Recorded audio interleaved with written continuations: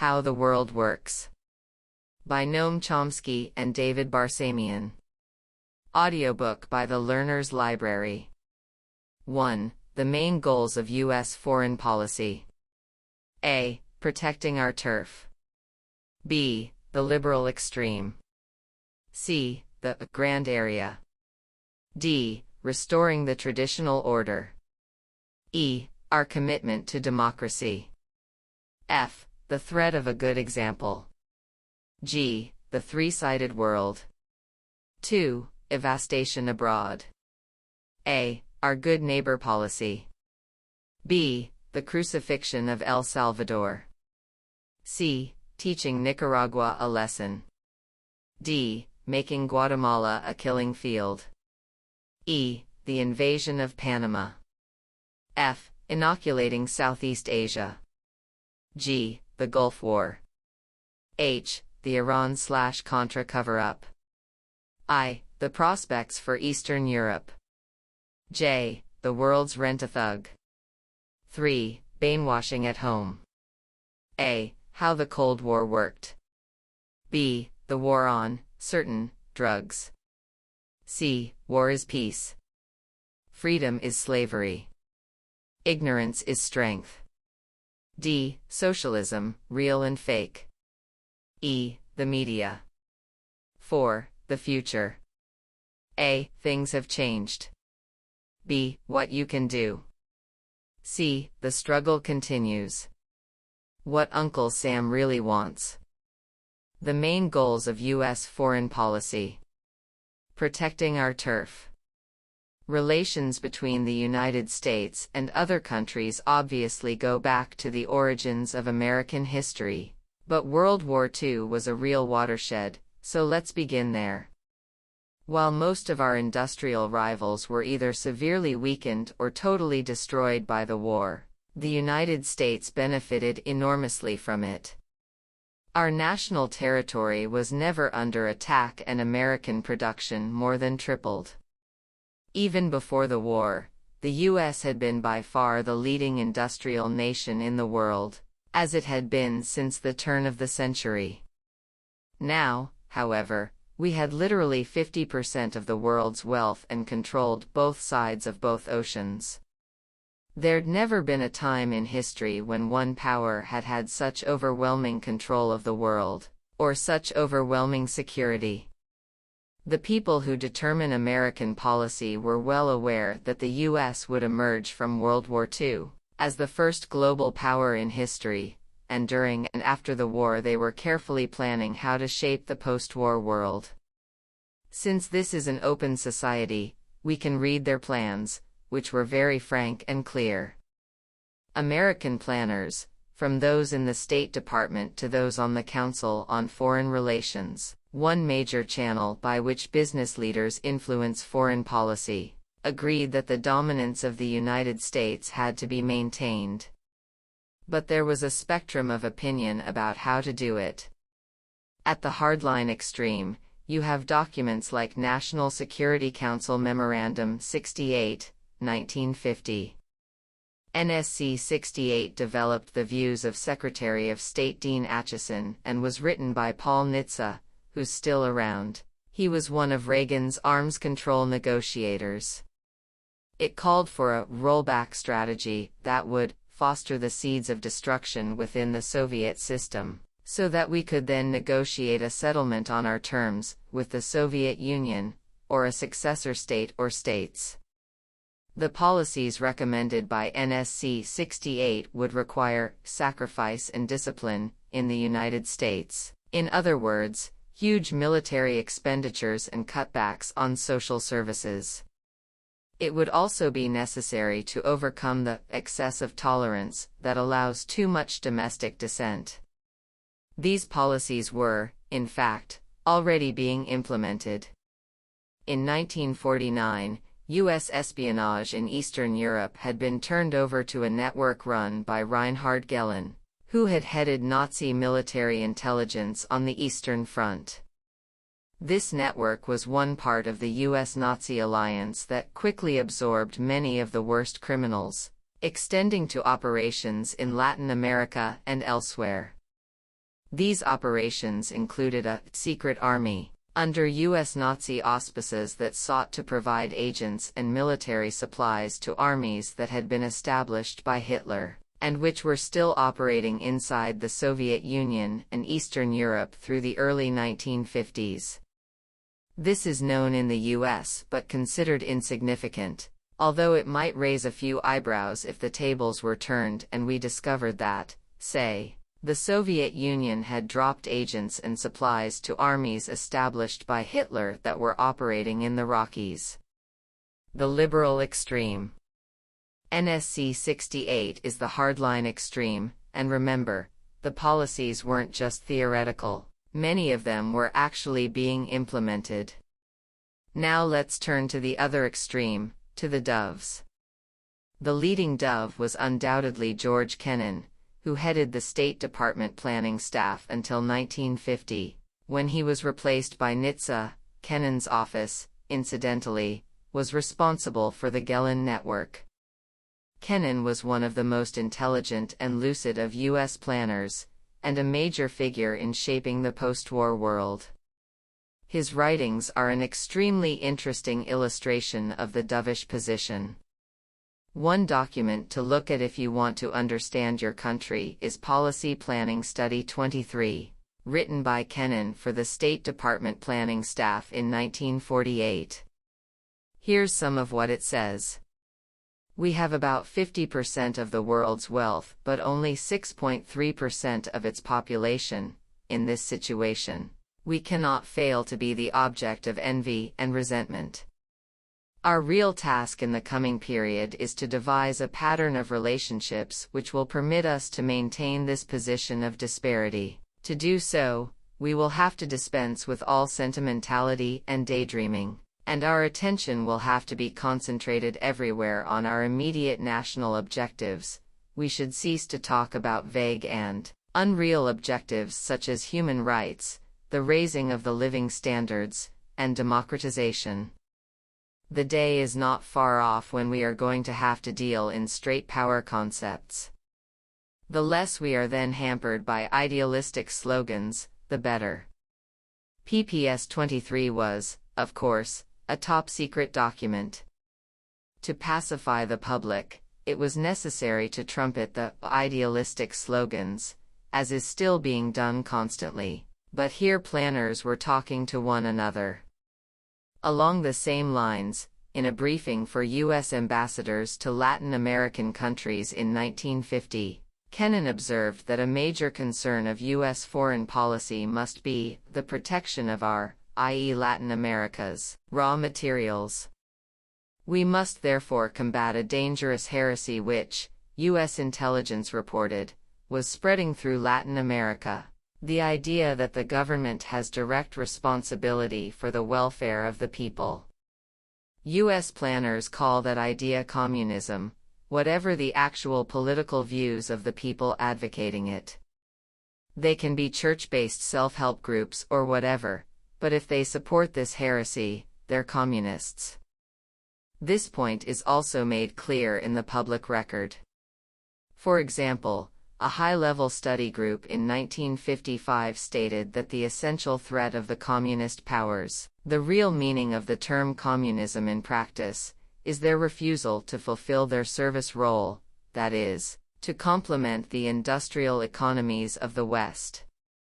Kennan went on to explain the means we have to use against our enemies who fall prey to this heresy.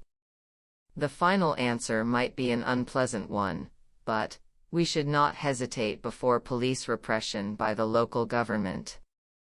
This is not shameful since the communists are essentially traitors. It is better to have a strong regime in power than a liberal government if it is indulgent and relaxed and penetrated by communists. Policies like these didn't begin with post-war liberals like Kennan. As Woodrow Wilson's Secretary of State had already pointed out 30 years earlier, the operative meaning of the Monroe Doctrine is that the United States considers its own interests. The integrity of other American nations is an incident, not an end. Wilson, the great apostle of self-determination, agreed that the argument was unanswerable, though it would be impolitic to present it publicly. Wilson also acted on this thinking by, among other things, invading Haiti and the Dominican Republic, where his warriors murdered and destroyed, demolished the political system, left U.S. corporations firmly in control, and set the stage for brutal and corrupt dictatorships. The Grand Area. During World War II, study groups of the State Department and Council on Foreign Relations developed plans for the post-war world in terms of what they called the Grand Area, which was to be subordinated to the needs of the American economy. The Grand Area was to include the Western Hemisphere, Western Europe, the Far East, the former British Empire, which was being dismantled, the incomparable energy resources of the Middle East, which were then passing into American hands as we pushed out our rivals France and Britain, the rest of the Third World and, if possible, the entire globe. These plans were implemented, as opportunities allowed. Every part of the New World Order was assigned a specific function. The industrial countries were to be guided by the Great Workshops, Germany and Japan, who had demonstrated their prowess during the war and now would be working under U.S. supervision. The Third World was to fulfill its major function as a source of raw materials and a market for the industrial capitalist societies, as a 1949 State Department memo put it. It was to be exploited, in Kennan's words, for the reconstruction of Europe and Japan. The references are to Southeast Asia and Africa, but the points are general. Kennan even suggested that Europe might get a psychological lift from the project of exploiting Africa. Naturally, no one suggested that Africa should exploit Europe for its reconstruction, perhaps also improving its state of mind. These declassified documents are read only by scholars, who apparently find nothing odd or jarring in all this. The Vietnam War emerged from the need to ensure this service role. Vietnamese nationalists didn't want to accept it, so they had to be smashed. The threat wasn't that they were going to conquer anyone, but that they might set a dangerous example of national independence that would inspire other nations in the region. The U.S. government had two major roles to play. The first was to secure the far-flung domains of the Grand Area. That requires a very intimidating posture, to ensure that no one interferes with this task, which is one reason why there's been such a drive for nuclear weapons. The government's second role was to organize a public subsidy for high-technology industry. For various reasons, the method adopted has been military spending, in large part. Free trade is fine for economics departments and newspaper editorials, but nobody in the corporate world or the government takes the doctrines seriously. The parts of the U.S. economy that are able to compete internationally are primarily the state-subsidized ones: capital-intensive agriculture, agribusiness, as it's called, high-tech industry, pharmaceuticals, biotechnology, etc. The same is true of other industrial societies. The U.S. government has the public pay for research and development and provides, largely through the military, a state-guaranteed market for waste production. If something is marketable, the private sector takes it over. That system of public subsidy and private profit is what is called free enterprise. Restoring the traditional order. Post-war planners like Kennan realized right off that it was going to be vital for the health of U.S. corporations that the other Western industrial societies reconstruct from wartime damage so they could import U.S. manufactured goods and provide investment opportunities. I'm counting Japan as part of the West, following the South African Convention of treating Japanese as honorary whites. But it was crucial that these societies reconstruct in a very specific way.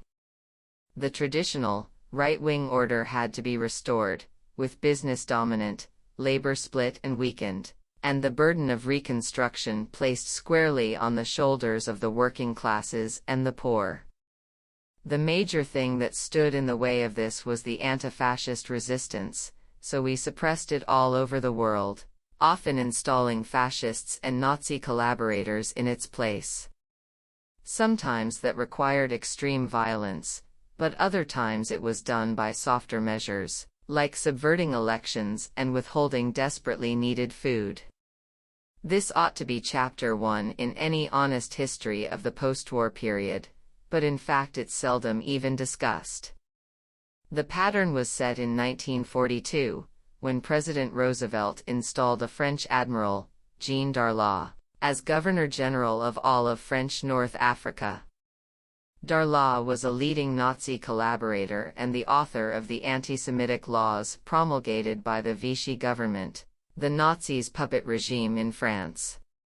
But far more important was the first area of Europe liberated, southern Italy, where the U.S., following Churchill's advice, imposed a right-wing dictatorship headed by fascist war hero Field Marshal Badoglio and the king, Victor Emmanuel III, who was also a fascist collaborator.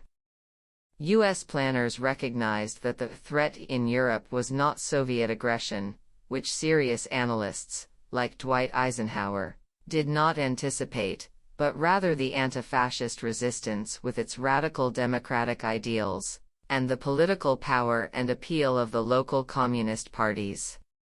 To prevent an economic collapse that would enhance their influence, and to rebuild Western Europe's state capitalist economies, the U.S. instituted the Marshall Plan, under which Europe was provided with more than $12 billion in loans and grants between 1948 and 1951, funds used to purchase a third of U.S. exports to Europe in the peak year of 1949. In Italy, a worker and peasant-based movement, led by the Communist Party, had held down 6 German divisions during the war, and liberated northern Italy. As U.S. forces advanced through Italy, they dispersed this anti-fascist resistance and restored the basic structure of the pre-war fascist regime. Italy has been one of the main areas of CIA subversion ever since the agency was founded. The CIA was concerned about communists winning power legally in the crucial Italian elections of 1948. A lot of techniques were used, including restoring the fascist police, breaking the unions and withholding food. But it wasn't clear that the Communist Party could be defeated. The very first National Security Council Memorandum, NSC 1, 1948, specified a number of actions the U.S. would take if the Communists won these elections. One planned response was armed intervention, by means of military aid for underground operations in Italy. Some people, particularly George Kennan, advocated military action before the elections. He didn't want to take a chance. But others convinced him we could carry it off by subversion, which turned out to be correct. In Greece, British troops entered after the Nazis had withdrawn. They imposed a corrupt regime that evoked renewed resistance, and Britain, in its post-war decline, was unable to maintain control. In 1947, the United States moved in, supporting a murderous war that resulted in about 160,000 deaths. This war was complete with torture, political exile for tens of thousands of Greeks, what we called re-education camps, for tens of thousands of others, and the destruction of unions and of any possibility of independent politics. It placed Greece firmly in the hands of U.S. investors and local businessmen, while much of the population had to emigrate in order to survive. The beneficiaries included Nazi collaborators, while the primary victims were the workers and the peasants of the communist-led, anti-Nazi resistance. Our successful defense of Greece against its own population was the model for the Vietnam War, as Adlai Stevenson explained to the United Nations in 1964. Reagan's advisors used exactly the same model in talking about Central America, and the pattern was followed many other places.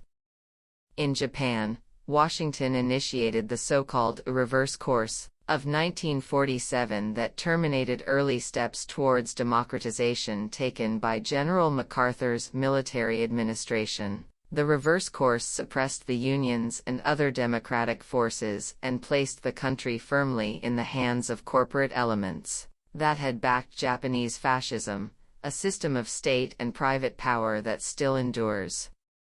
When U.S. forces entered Korea in 1945, they dispersed the local popular government, consisting primarily of anti-fascists who had resisted the Japanese, and inaugurated a brutal repression, using Japanese fascist police and Koreans who had collaborated with them during the Japanese occupation. About 100,000 people were murdered in South Korea prior to what we call the Korean War, including 30,000 to 40,000 killed during the suppression of a peasant revolt in one small region, Jeju Island. A fascist coup in Colombia, inspired by Franco's Spain, brought little protest from the U.S. government. Neither did a military coup in Venezuela, nor the restoration of an admirer of fascism in Panama. But the first democratic government in the history of Guatemala, which modeled itself on Roosevelt's New Deal, elicited bitter U.S. antagonism. In 1954, the CIA engineered a coup that turned Guatemala into a hell on earth. It's been kept that way ever since, with regular U.S. intervention and support, particularly under Kennedy and Johnson. One aspect of suppressing the anti-fascist resistance was the recruitment of war criminals like Klaus Barbie, an SS officer who had been the Gestapo chief of Lyon, France. There he earned his nickname, the Butcher of Lyon. Although he was responsible for many hideous crimes, the U.S. Army put him in charge of spying on the French. When Barbie was finally brought back to France in 1982 to be tried as a war criminal, his use as an agent was explained by Colonel Ret. Eugene Kolb of the U.S. Army Counterintelligence Corps. Barbie's skills were badly needed. His activities had been directed against the underground French Communist Party and the resistance, who were now targeted for repression by the American liberators. Since the United States was picking up where the Nazis left off, it made perfect sense to employ specialists in anti-resistance activities. Later on, when it became difficult or impossible to protect these useful folks in Europe, many of them, including Barbie, were spirited off to the United States or to Latin America, often with the help of the Vatican and fascist priests. There they became military advisors to U.S.-supported police states that were modeled, often quite openly, on the Third Reich. They also became drug dealers, weapons merchants, terrorists, and educators, teaching Latin American peasants torture techniques devised by the Gestapo. Some of the Nazi students ended up in Central America, thus establishing a direct link between the death camps and the death squads, all thanks to the post-war alliance between the U.S. and the SS. Our commitment to democracy. In one high-level document after another, U.S. planners stated their view that the primary threat to the new U.S.-led world order was Third World nationalism, sometimes called ultranationalism, nationalistic regimes that are responsive to popular demand for immediate improvement in the low living standards of the masses, and production for domestic needs. The planners' basic goals, repeated over and over again, were to prevent such ultranationalist regimes from ever taking power, or if, by some fluke, they did take power, to remove them and to install governments that favor private investment of domestic and foreign capital, production for export and the right to bring profits out of the country. These goals are never challenged in the secret documents. If you're a U.S. policy planner, they're sort of like the air you breathe. Opposition to democracy and social reform is never popular in the victim country. You can't get many of the people living there excited about it, except a small group connected with U.S. businesses who are going to profit from it. The United States expects to rely on force, and makes alliances with the military, the least anti-American of any political group in Latin America, as the Kennedy planners put it, so they can be relied on to crush any indigenous popular groups that get out of hand. The U.S. has been willing to tolerate social reform, as in Costa Rica, for example, only when the rights of labor are suppressed and the climate for foreign investment is preserved. Because the Costa Rican government has always respected these two crucial imperatives, it's been allowed to play around with its reforms.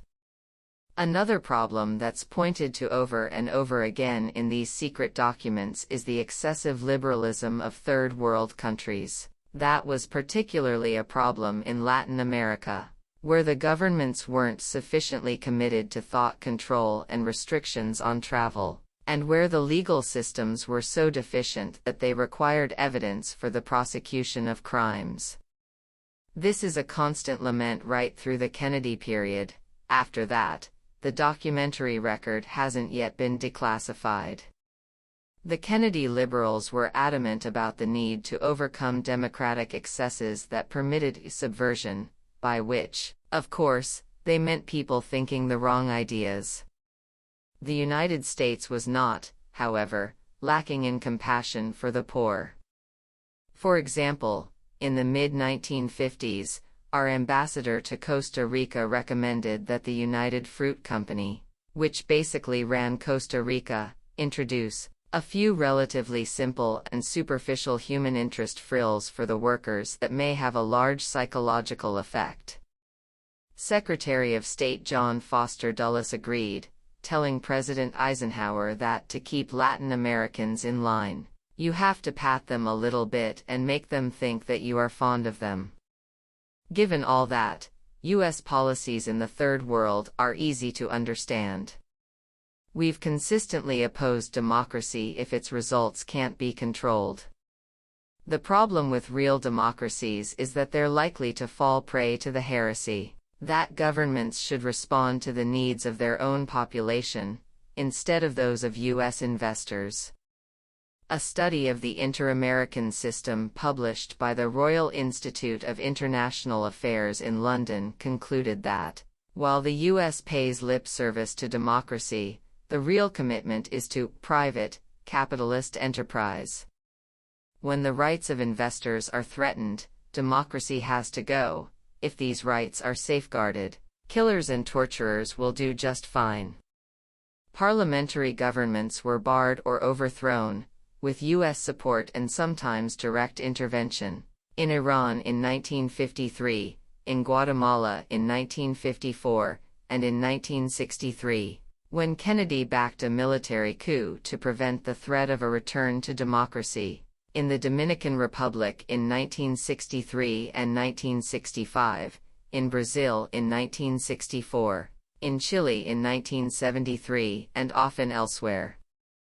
Our policies have been very much the same in El Salvador and in many other places across the globe. The methods are not very pretty. What the US-run Contra forces did in Nicaragua, or what our terrorist proxies do in El Salvador or Guatemala, isn't only ordinary killing. A major element is brutal, sadistic torture, beating infants against rocks, hanging women by their feet with their breasts cut off and the skin of their face peeled back so that they'll bleed to death, chopping people's heads off and putting them on stakes.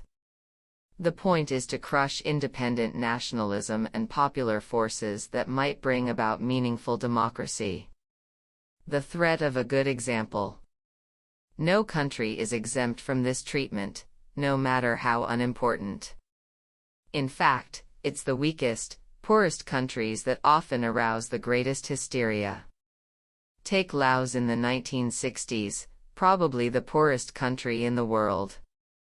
Most of the people who lived there didn't even know there was such a thing as Laos. They just knew they had a little village and there was another little village nearby. But as soon as a very low-level social revolution began to develop there, Washington subjected Laos to a murderous, secret bombing, virtually wiping out large settled areas in operations that, it was conceded, had nothing to do with the war the U.S. was waging in South Vietnam. Grenada has 100,000 people who produce a little nutmeg, and you could hardly find it on a map. But when Grenada began to undergo a mild social revolution, Washington quickly moved to destroy the threat. From the Bolshevik Revolution of 1917 till the collapse of the communist governments in Eastern Europe, in the late 1980s, it was possible to justify every U.S. attack as a defense against the Soviet threat. So when the United States invaded Grenada in 1983, the chairman of the Joint Chiefs of Staff explained that, in the event of a Soviet attack on Western Europe, a hostile Grenada could interdict oil supplies from the Caribbean to Western Europe and we wouldn't be able to defend our beleaguered allies. Now this sounds comical, but that kind of story helps mobilize public support for aggression, terror, and subversion. The attack against Nicaragua was justified by the claim that if we don't stop them there, they'll be pouring across the border at Harlingen, Texas, just 2 days' drive away. For educated people, there were more sophisticated variants, just about as plausible. As far as American business is concerned, Nicaragua could disappear and nobody would notice. The same is true of El Salvador. But both have been subjected to murderous assaults by the U.S., at a cost of hundreds of thousands of lives and many billions of dollars. There's a reason for that. The weaker and poorer a country is, the more dangerous it is. As an example, if a tiny, poor country like Grenada can succeed in bringing about a better life for its people, some other place that has more resources will ask, why not us? This was even true in Indochina, which is pretty big and has some significant resources. Although Eisenhower and his advisors ranted a lot about the rice and tin and rubber, the real fear was that if the people of Indochina achieved independence and justice, the people of Thailand would emulate it, and if that worked, they'd try it in Malaya, and pretty soon Indonesia would pursue an independent path, and by then a significant part of the grand area would have been lost. If you want a global system that's subordinated to the needs of U.S. investors, you can't let pieces of it wander off. It's striking how clearly this is stated in the documentary record, even in the public record at times. Take Chile under Allende. Chile is a fairly big place, with a lot of natural resources, but again, the United States wasn't going to collapse if Chile became independent. Why were we so concerned about it? According to Kissinger, Chile was a virus that would infect the region with effects all the way to Italy. Despite 40 years of CIA subversion, Italy still has a labor movement. Seeing a social democratic government succeed in Chile would send the wrong message to Italian voters. Suppose they got funny ideas about taking control of their own country and revived the workers' movements the CIA undermined in the 1940s? U.S. planners from Secretary of State Dean Acheson in the late 1940s to the present have warned that one rotten apple can spoil the barrel. The danger is that the rot, social and economic development, may spread. This rotten apple theory is called the domino theory for public consumption. The version used to frighten the public has Ho Chi Minh getting in a canoe and landing in California, and so on. Maybe some U.S. leaders believe this nonsense, it's possible, but rational planners certainly don't. They understand that the real threat is a good example. Sometimes the point is explained with great clarity. When the U.S. was planning to overthrow Guatemalan democracy in 1954, A State Department official pointed out that Guatemala has become an increasing threat to the stability of Honduras and El Salvador. Its agrarian reform is a powerful propaganda weapon. Its broad social program of aiding the workers and peasants in a victorious struggle against the upper classes and large foreign enterprises has a strong appeal to the populations of Central American neighbors where similar conditions prevail. In other words, what the U.S. wants is stability, meaning security for the upper classes and large foreign enterprises. If that can be achieved with formal democratic devices, okay. If not, the threat to stability posed by a good example has to be destroyed before the virus infects others. That's why even the tiniest speck poses such a threat, and may have to be crushed. The three-sided world. From the early 1970s, the world has been drifting into what's called tripolarism or trilateralism, three major economic blocs that compete with each other. The first is a yen-based bloc with Japan as its center and the former Japanese colonies on the periphery. Back in the 30s and 40s, Japan called that the Greater East Asia Co-Prosperity Sphere. The conflict with the U.S. arose from Japan's attempt to exercise the same kind of control there that the Western powers exercised in their own spheres. But after the war, we reconstructed the region for them. We then had no problem with Japan exploiting it, they just had to do it under our overarching power. There's a lot of nonsense written about how the fact that Japan became a major competitor proves how honorable we are, and how we built up our enemies. The actual policy options, however, were narrower. One was to restore Japan's empire, but now all under our control. This was the policy that was followed. The other option was to keep out of the region and allow Japan and the rest of Asia to follow their independent paths, excluded from the grand area of U.S. control. That was unthinkable. Furthermore, after World War II, Japan was not regarded as a possible competitor, even in the remote future. It was assumed that maybe somewhere down the road Japan would be able to produce knickknacks, but nothing beyond that. There was a strong element of racism in this. Japan recovered in large part because of the Korean War and then the Vietnam War, which stimulated Japanese production and brought Japan huge profits. A few of the early post-war planners were more far-sighted, George Kennan among them. He proposed that the United States encourage Japan to industrialize, but with one limit: the U.S. would control Japanese oil imports. Kennan said this would allow us veto power over Japan in case it ever got out of line.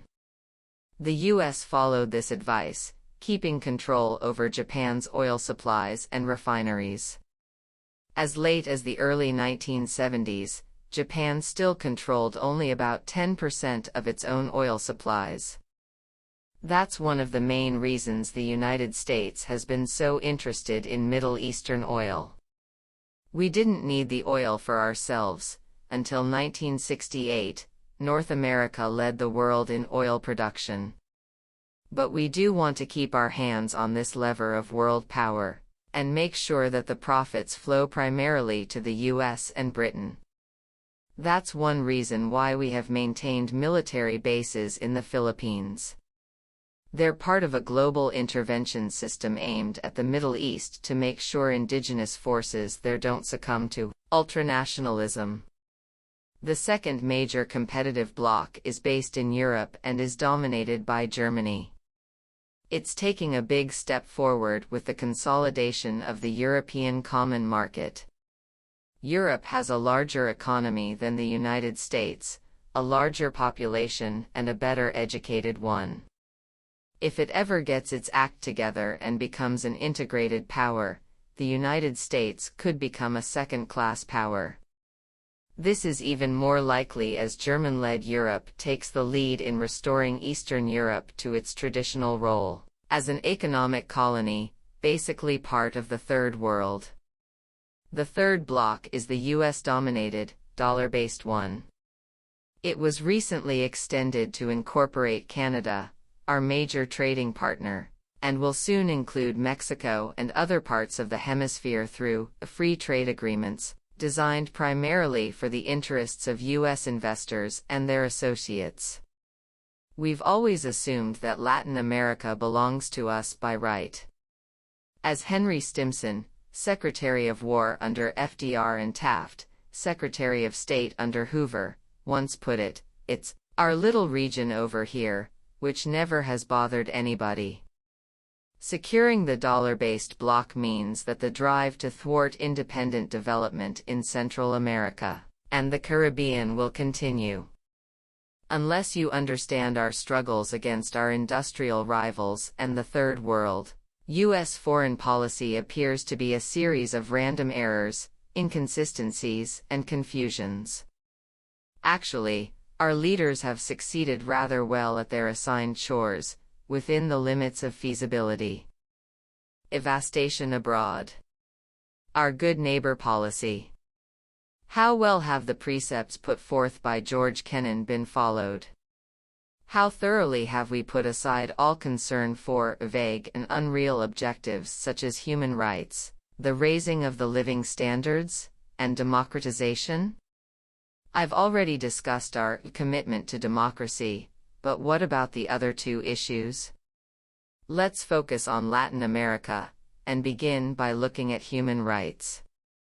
A study by Lars Schultz, the leading academic specialist on human rights there, shows that U.S. aid has tended to flow disproportionately to Latin American governments which torture their citizens.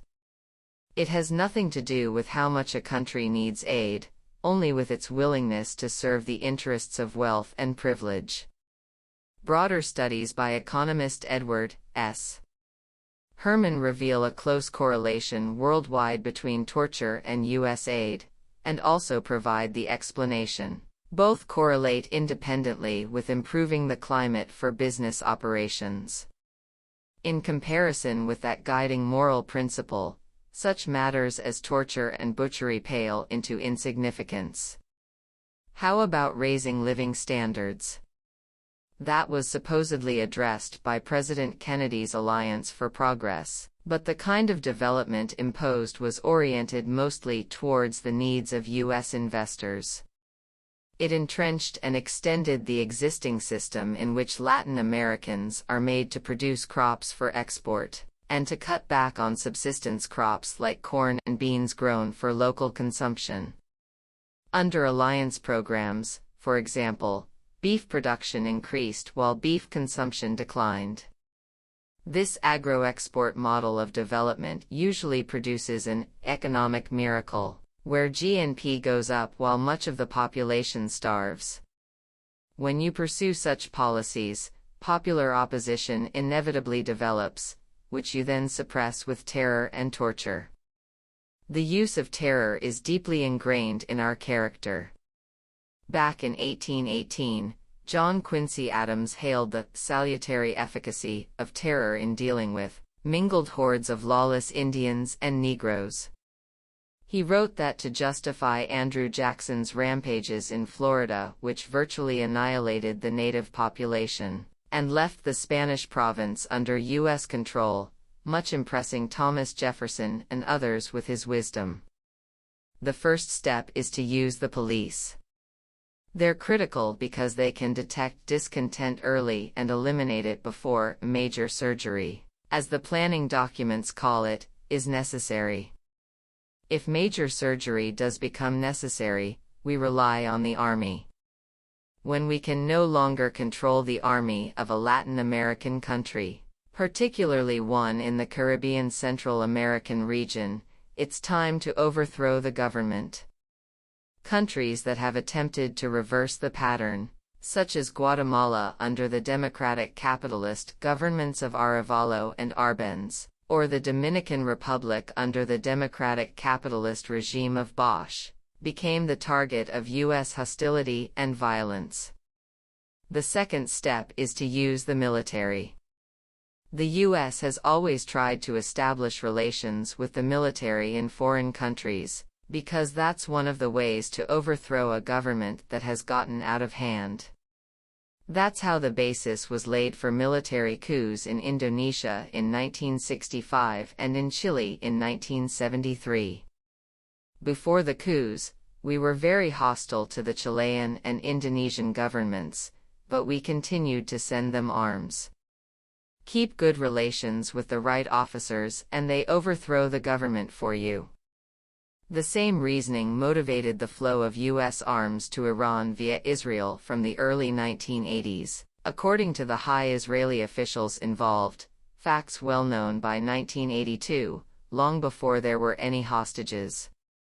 During the Kennedy administration, the mission of the U.S.-dominated Latin American military was shifted from hemispheric defense to internal security, which basically means war against your own population.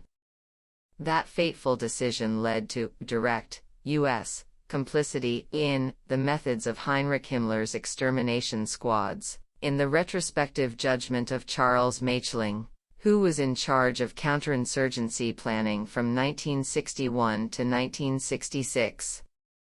The Kennedy administration prepared the way for the 1964 military coup in Brazil, helping to destroy Brazilian democracy, which was becoming too independent. The U.S. gave enthusiastic support to the coup, while its military leaders instituted a neo-Nazi-style national security state with torture, repression, etc. That inspired a rash of similar developments in Argentina, Chile, and all over the hemisphere, from the mid-60s to the 80s, an extremely bloody period. I think, legally speaking, there's a very solid case for impeaching every American president since the Second World War. They've all been either outright war criminals or involved in serious war crimes. The military typically proceeds to create an economic disaster, often following the prescriptions of U.S. advisors, and then decides to hand the problem over to civilians to administer. Overt military control is no longer necessary as new devices become available, for example, controls exercised through the International Monetary Fund, which, like the World Bank, lends Third World nations funds largely provided by the industrial powers. In return for its loans, the IMF imposes liberalization, an economy open to foreign penetration and control, sharp cutbacks in services to the general population, etc. These measures place power even more firmly in the hands of the wealthy classes and foreign investors, stability, and reinforce the classic two-tiered societies of the Third World, the super-rich, and a relatively well-off professional class that serves them, and an enormous mass of impoverished, suffering people. The indebtedness and economic chaos left by the military pretty much ensures that the IMF rules will be followed, unless popular forces attempt to enter the political arena, in which case the military may have to reinstate stability. Brazil is an instructive case.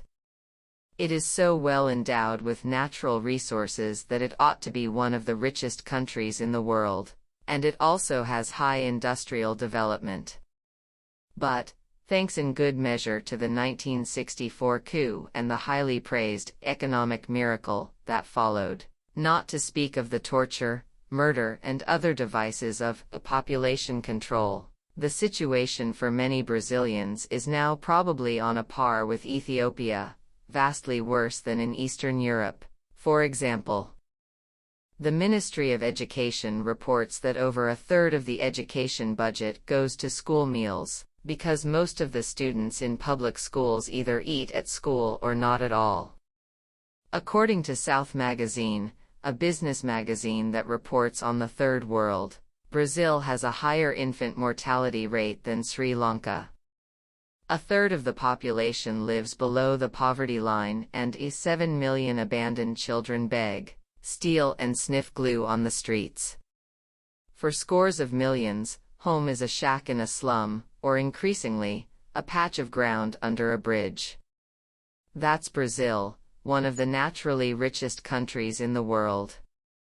The situation is similar throughout Latin America.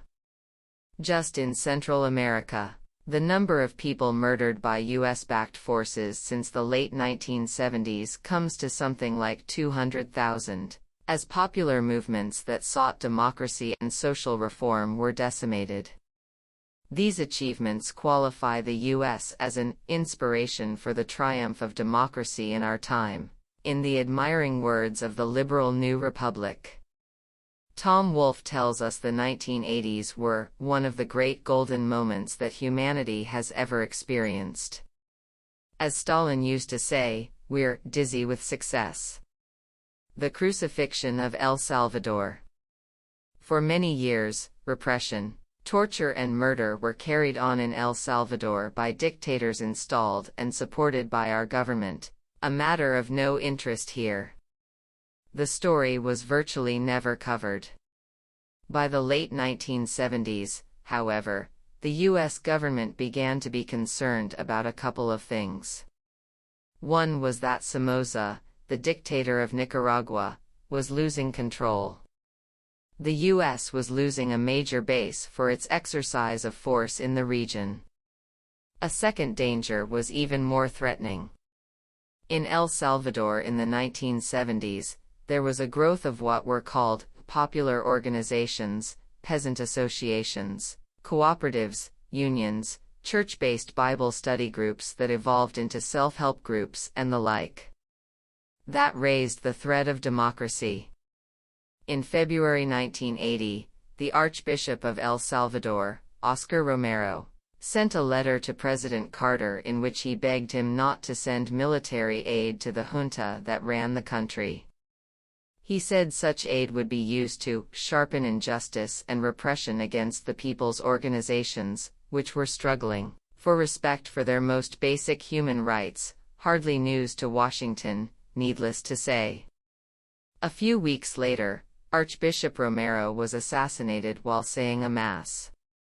The neo-Nazi Roberto D'Aubuisson is generally assumed to be responsible for this assassination, among countless other atrocities. D'Aubuisson was a leader for life of the Arena Party, which now governs El Salvador. Members of the party, like current Salvadoran President Alfredo Cristiani, had to take a blood oath of loyalty to him. Thousands of peasants and urban poor took part in a commemorative mass a decade later, along with many foreign bishops, but the U.S. was notable by its absence. The Salvadoran Church formally proposed Romero for sainthood. All of this passed with scarcely a mention in the country that funded and trained Romero's assassins. The New York Times, a newspaper of record, published no editorial on the assassination when it occurred or in the years that followed, and no editorial or news report on the commemoration. On March 7, 1980, 2 weeks before the assassination, a state of siege had been instituted in El Salvador, and the war against the population began in force, with continued U.S. support and involvement. The first major attack was a big massacre at the Rio Sumpel, a coordinated military operation of the Honduran and Salvadoran armies in which at least 600 people were butchered, infants were cut to pieces with machetes, and women were tortured and drowned. Pieces of bodies were found in the river for days afterwards. There were church observers, so the information came out immediately. But the mainstream U.S. media didn't think it was worth reporting. Peasants were the main victims of this war, along with labor organizers, students, priests, or anyone suspected of working for the interests of the people.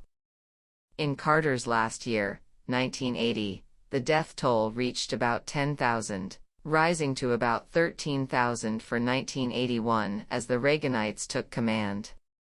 In October 1980, the new archbishop condemned the war of extermination and genocide against a defenseless civilian population waged by the security forces. 2 months later they were hailed for their valiant service alongside the people against subversion by the favorite U.S. moderate, José Napoleón Duarte, as he was appointed civilian president of the junta. The role of the moderate Duarte was to provide a fig leaf for the military rulers and ensure them a continuing flow of U.S. funding after the armed forces had raped and murdered 4 churchwomen from the U.S. That had aroused some protest here. Slaughtering Salvadorans is one thing, but raping and killing American nuns is a definite PR mistake.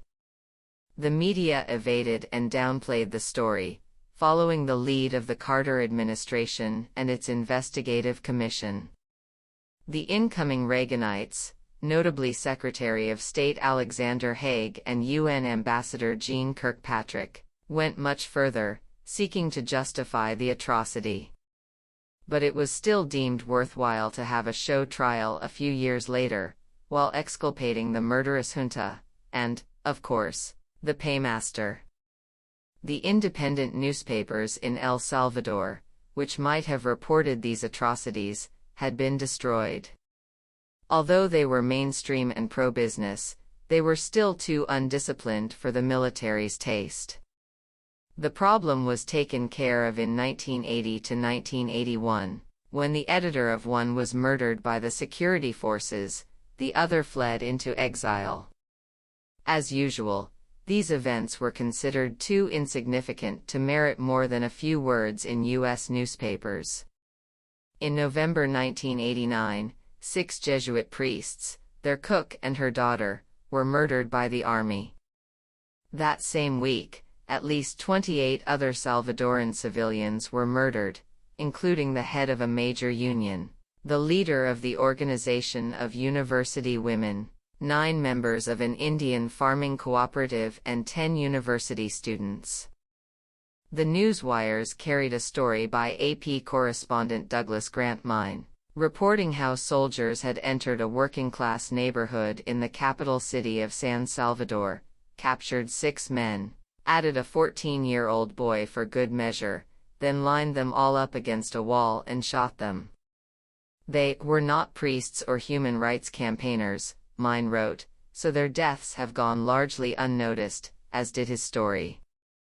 The Jesuits were murdered by the Atlacatal Battalion, an elite unit created, trained, and equipped by the United States. It was formed in March 1981, when 15 specialists in counterinsurgency were sent to El Salvador from the U.S. Army School of Special Forces. From the start, the battalion was engaged in mass murder. A U.S. trainer described its soldiers as particularly ferocious. "We've always had a hard time getting them to take prisoners instead of ears." In December 1981, the battalion took part in an operation in which over 1,000 civilians were killed in an orgy of murder, rape, and burning. Later it was involved in the bombing of villages and murder of hundreds of civilians by shooting, drowning, and other methods. The vast majority of victims were women, children, and the elderly. The Atlacatal Battalion was being trained by U.S. Special Forces shortly before murdering the Jesuits. This has been a pattern throughout the battalion's existence. Some of its worst massacres have occurred when it was fresh from U.S. training. In the fledgling democracy that was El Salvador, teenagers as young as 13 were scooped up in sweeps of slums and refugee camps and forced to become soldiers. They were indoctrinated with rituals adopted from the Nazi SS, including brutalization and rape, to prepare them for killings that often had sexual and satanic overtones. The nature of Salvadoran army training was described by a deserter who received political asylum in Texas in 1990, despite the State Department's request that he be sent back to El Salvador. His name was withheld by the court to protect him from Salvadoran death squads.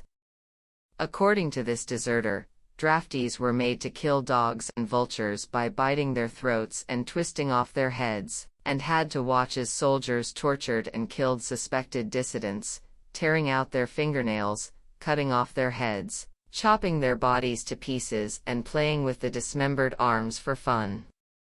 In another case, an admitted member of a Salvadoran death squad associated with the Atlacatl Battalion, Cesar Vileman Joya Martinez, detailed the involvement of U.S. advisors and the Salvadoran government in death squad activity. The Bush administration has made every effort to silence him and ship him back to probable death in El Salvador, despite the pleas of human rights organizations and requests from Congress that his testimony be heard. The treatment of the main witness to the assassination of the Jesuits was similar. The results of Salvadoran military training are graphically described in the Jesuit journal America by Daniel Santiago, a Catholic priest working in El Salvador. He tells of a peasant woman who returned home one day to find her 3 children, her mother and her sister sitting around a table, each with its own decapitated head placed carefully on the table in front of the body, the hands arranged on top, as if each body was stroking its own head. The assassins, from the Salvadoran National Guard, had found it hard to keep the head of an 18-month-old baby in place, so they nailed the hands onto it. A large plastic bowl filled with blood was tastefully displayed in the center of the table. According to Reverend Santiago, macabre scenes of this kind aren't uncommon.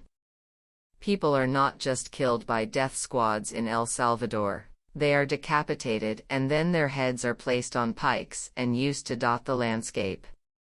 Men are not just disemboweled by the Salvadoran Treasury Police, their severed genitalia are stuffed into their mouths. Salvadoran women are not just raped by the National Guard, their wombs are cut from their bodies and used to cover their faces. It is not enough to kill children, they are dragged over barbed wire until the flesh falls from their bones, while parents are forced to watch.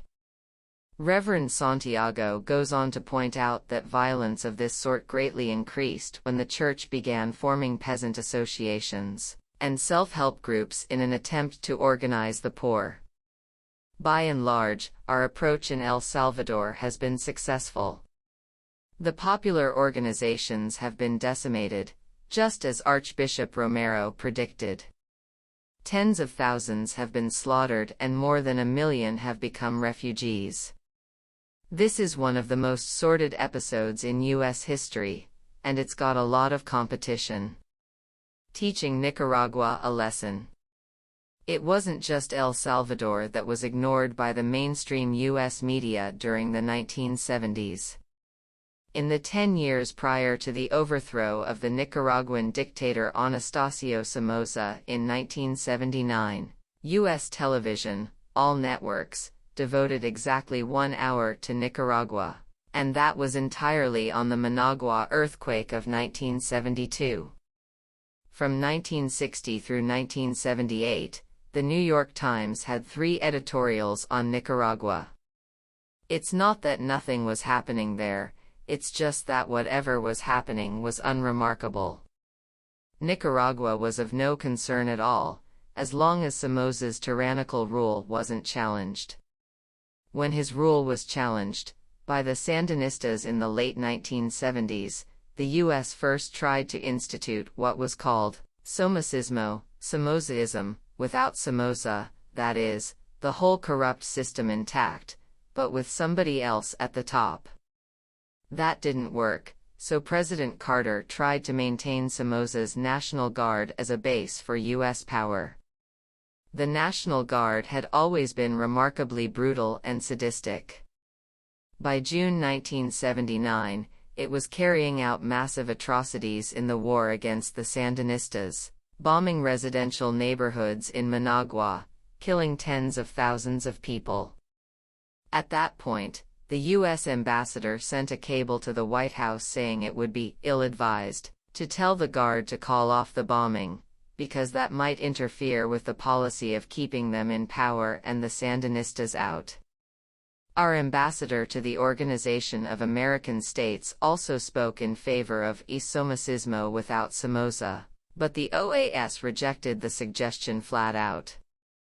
A few days later, Somoza flew off to Miami with what was left of the Nicaraguan National Treasury, and the Guard collapsed. The Carter administration flew Guard commanders out of the country in planes with Red Cross markings, a war crime, and began to reconstitute the Guard on Nicaragua's borders. They also used Argentina as a proxy. At that time, Argentina was under the rule of neo-Nazi generals, but they took a little time off from torturing and murdering their own population to help re-establish the Guard, soon to be renamed the Contras, or Freedom Fighters. Reagan used them to launch a large-scale terrorist war against Nicaragua, combined with economic warfare that was even more lethal. We also intimidated other countries so they wouldn't send aid either. And yet, despite astronomical levels of military support, the United States failed to create a viable military force in Nicaragua. That's quite remarkable, if you think about it. No real guerrillas anywhere in the world have ever had resources even remotely like what the United States gave the Contras. You could probably start a guerrilla insurgency in mountain regions of the U.S. with comparable funding. Why did the U.S. go to such lengths in Nicaragua? The International Development Organization Oxfam explained the real reasons, stating that, from its experience of working in 76 developing countries, Nicaragua was exceptional in the strength of that government's commitment to improving the condition of the people and encouraging their active participation in the development process. Of the 4 Central American countries where Oxfam had a significant presence, El Salvador, Guatemala, Honduras, and Nicaragua, only in Nicaragua was there a substantial effort to address inequities in land ownership and to extend health, educational, and agricultural services to poor peasant families. Other agencies told a similar story.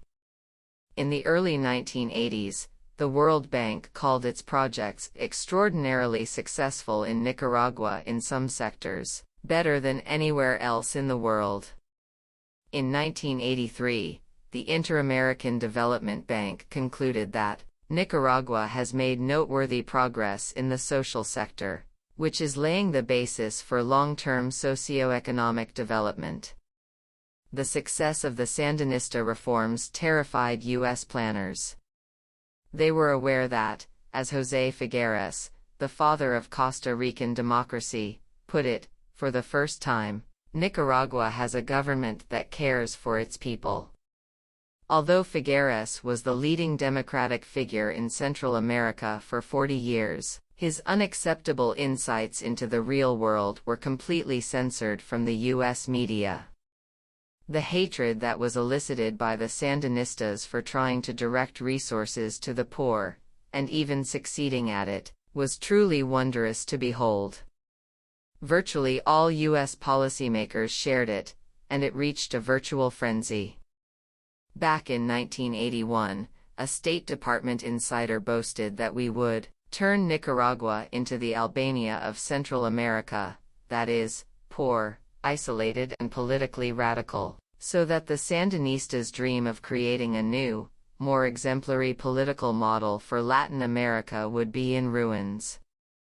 George Shultz called the Sandinistas a cancer, right here on our land mass, that has to be destroyed.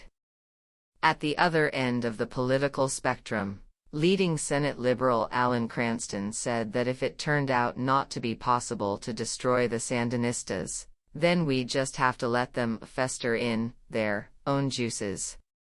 So the U.S. launched a threefold attack against Nicaragua.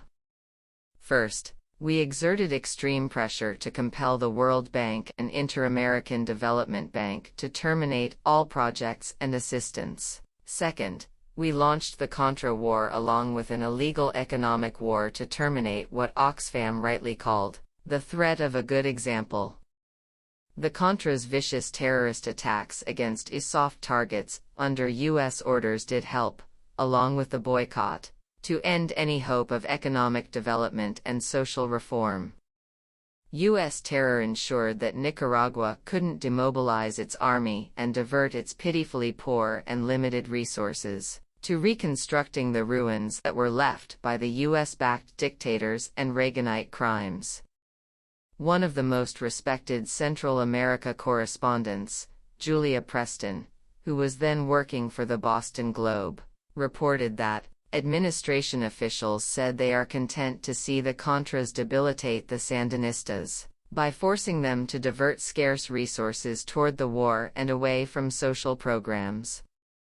That's crucial, since the social programs were at the heart of the good example that might have infected other countries in the region and eroded the American system of exploitation and robbery.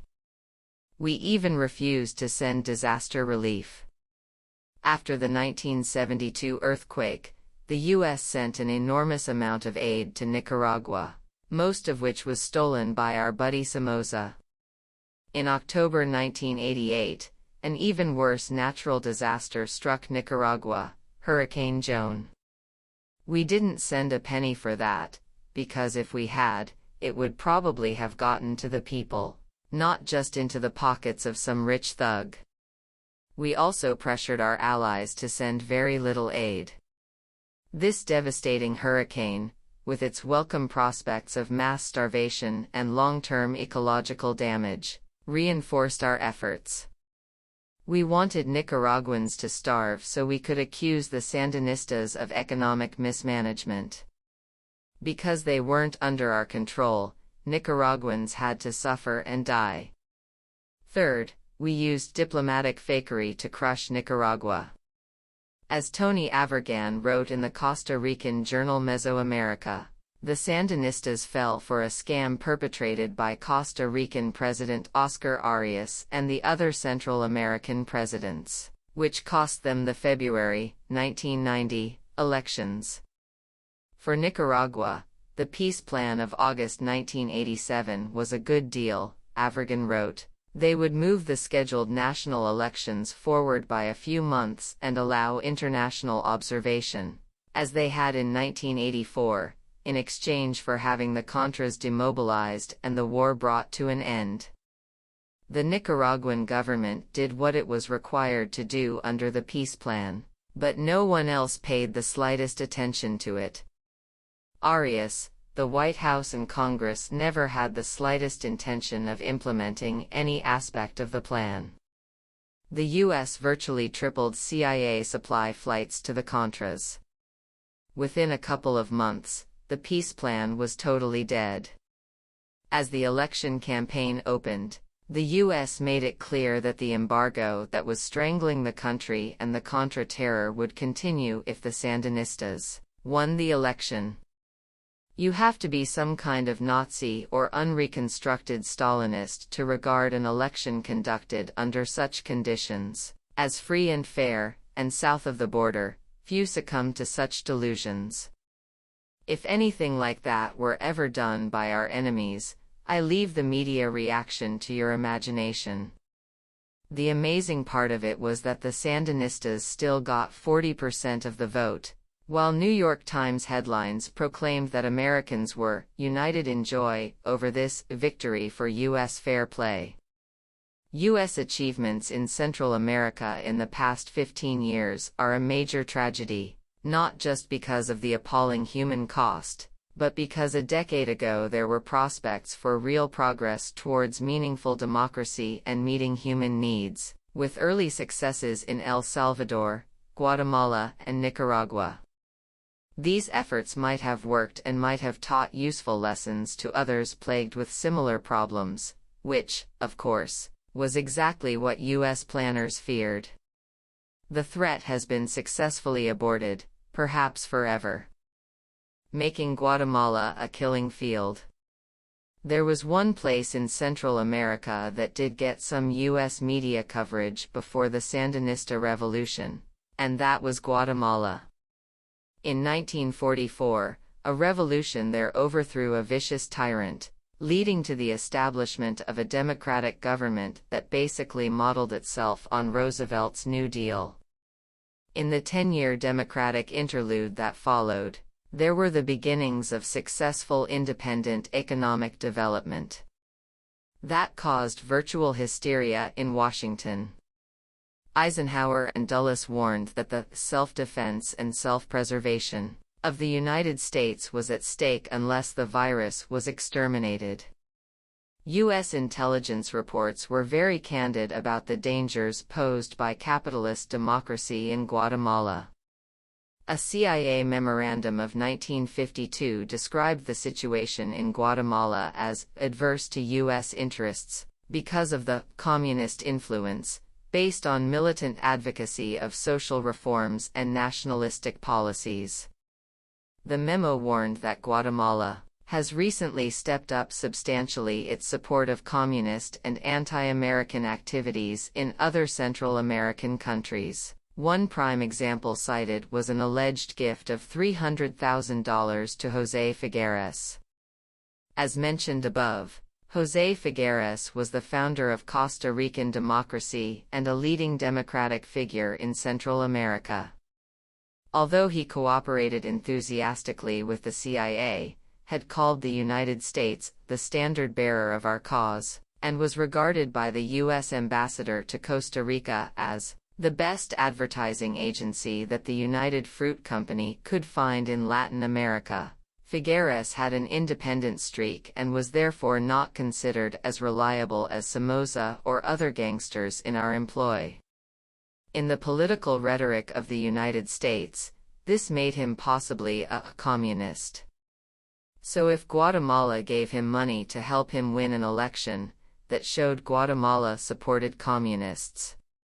Worse yet, the same CIA memorandum continued, the radical and nationalist policies of the democratic capitalist government, including the persecution of foreign economic interests, especially the United Fruit Company, had gained the support or acquiescence of almost all Guatemalans. The government was proceeding to mobilize the hitherto politically inert peasantry, while undermining the power of large landholders. Furthermore, the 1944 revolution had aroused a strong national movement to free Guatemala from the military dictatorship, social backwardness, and economic colonialism, which had been the pattern of the past, and inspired the loyalty and conformed to the self-interest of most politically conscious Guatemalans. Things became still worse after a successful land reform began to threaten stability in neighboring countries where suffering people did not fail to take notice. In short, the situation was pretty awful. So the CIA carried out a successful coup. Guatemala was turned into the slaughterhouse it remains today, with regular U.S. intervention whenever things threatened to get out of line.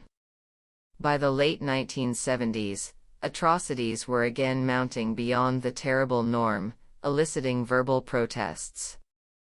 And yet, contrary to what many people believe, military aid to Guatemala continued at virtually the same level under the Carter Human Rights Administration. Our allies have been enlisted in the cause as well, notably Israel, which is regarded as a strategic asset, in part because of its success in guiding state terrorism. Under Reagan, support for near-genocide in Guatemala became positively ecstatic. The most extreme of the Guatemalan Hitlers we've backed there, Rios Montt, was lauded by Reagan as a man totally dedicated to democracy. In the early 1980s, Washington's friends slaughtered tens of thousands of Guatemalans, mostly Indians in the highlands, with countless others tortured and raped. Large regions were decimated. In 1988, a newly opened Guatemalan newspaper called La Época was blown up by government terrorists.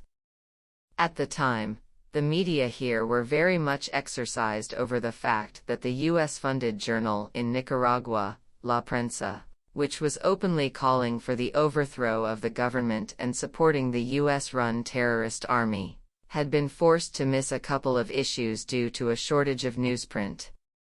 That led to a torrent of outrage and abuse, in the Washington Post and elsewhere, about Sandinista totalitarianism. On the other hand, the destruction of La Época aroused no interest whatsoever and was not reported here, although it was well known to U.S. journalists.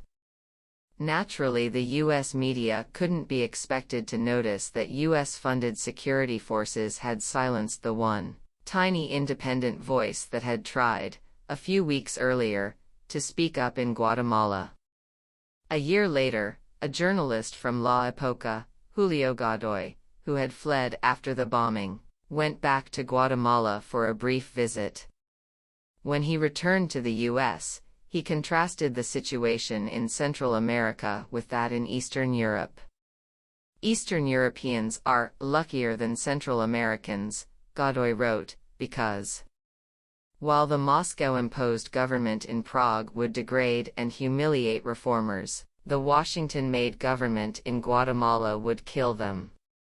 It still does, in a virtual genocide that has taken more than 150,000 victims, in what Amnesty International calls a government program of political murder. The press either conforms or, as in the case of La Época, disappears. One is tempted to believe, Godoy continued, that some people in the White House worship Aztec gods, with the offering of Central American blood. And he quoted a Western European diplomat who said, "As long as the Americans don't change their attitude towards the region, there's no space here for the truth or for hope." The invasion of Panama. Panama has been traditionally controlled by its tiny European elite, less than 10% of the population. That changed in 1968, when Omar Torrijos, a populist general, led a coup that allowed the black and mestizo, mixed race, poor to obtain at least a share of the power under his military dictatorship. In 1981, Torrijos was killed in a plane crash. By 1983, the effective ruler was Manuel Noriega, a criminal who had been a cohort of Torrijos and U.S. intelligence. The U.S. government knew that Noriega was involved in drug trafficking since at least 1972, when the Nixon administration considered assassinating him. But he stayed on the CIA payroll. In 1983, a U.S. Senate committee concluded that Panama was a major center for the laundering of drug funds and drug trafficking. The U.S. government continued to value Noriega's services. In May 1986, the director of the Drug Enforcement Agency praised Noriega for his vigorous anti-drug trafficking policy. A year later, the director welcomed our close association with Noriega, while Attorney General Edwin Meese stopped a U.S. Justice Department investigation of Noriega's criminal activities. In August 1987, a Senate resolution condemning Noriega was opposed by Elliott Abrams, the State Department official in charge of U.S. policy in Central America and Panama. And yet, when Noriega was finally indicted in Miami in 1988, all the charges except one were related to activities that took place before 1984, back when he was our boy, helping with the U.S. war against Nicaragua, stealing elections with U.S. approval and generally serving U.S. interests satisfactorily. It had nothing to do with suddenly discovering that he was a gangster and a drug peddler. That was known all along. It's all quite predictable, as study after study shows. A brutal tyrant crosses the line from admirable friend to villain and a scum when he commits the crime of independence. One common mistake is to go beyond robbing the poor, which is just fine, and to start interfering with the privileged, eliciting opposition from business leaders. By the mid-1980s, Noriega was guilty of these crimes. Among other things, he seems to have been dragging his feet about helping the U.S. in the Contra War. His independence also threatened our interests in the Panama Canal. On January 1, 1990, most of the administration of the canal was due to go over to Panama. In the year 2000, it goes completely to them. We had to make sure that Panama was in the hands of people we could control before that date. Since we could no longer trust Noriega to do our bidding, he had to go. Washington imposed economic sanctions that virtually destroyed the economy, the main burden falling on the poor non-white majority. They too came to hate Noriega, not least because he was responsible for the economic warfare, which was illegal. If anyone cares, that was causing their children to starve. Next, a military coup was tried, but failed.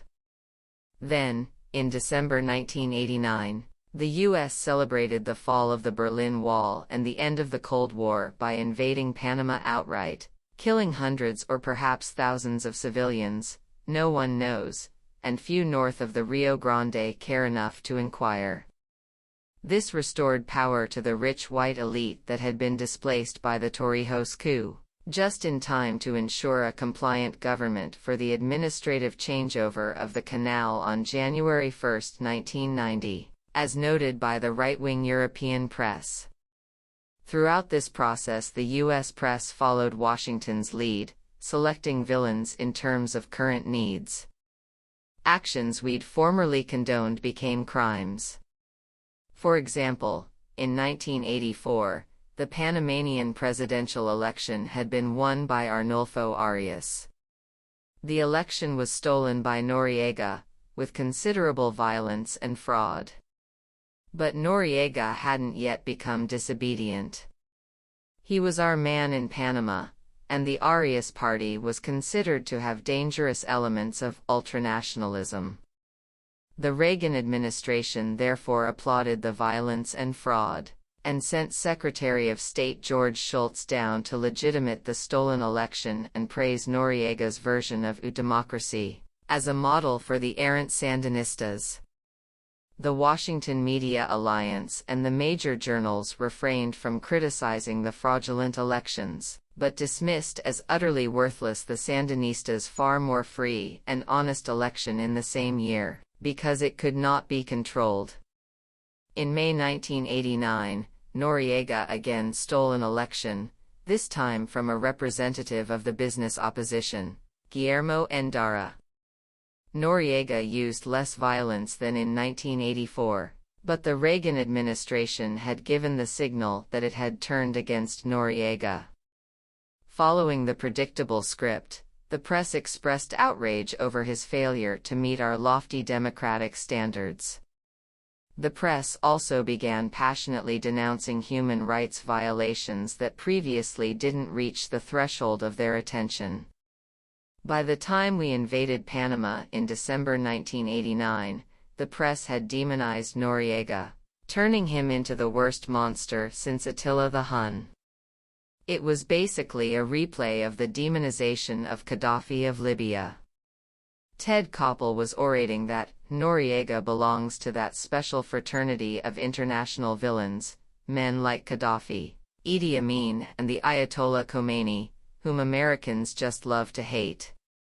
Dan Rather placed him at the top of the list of the world's drug thieves and scums. In fact, Noriega remained a very minor thug, exactly what he was when he was on the CIA payroll.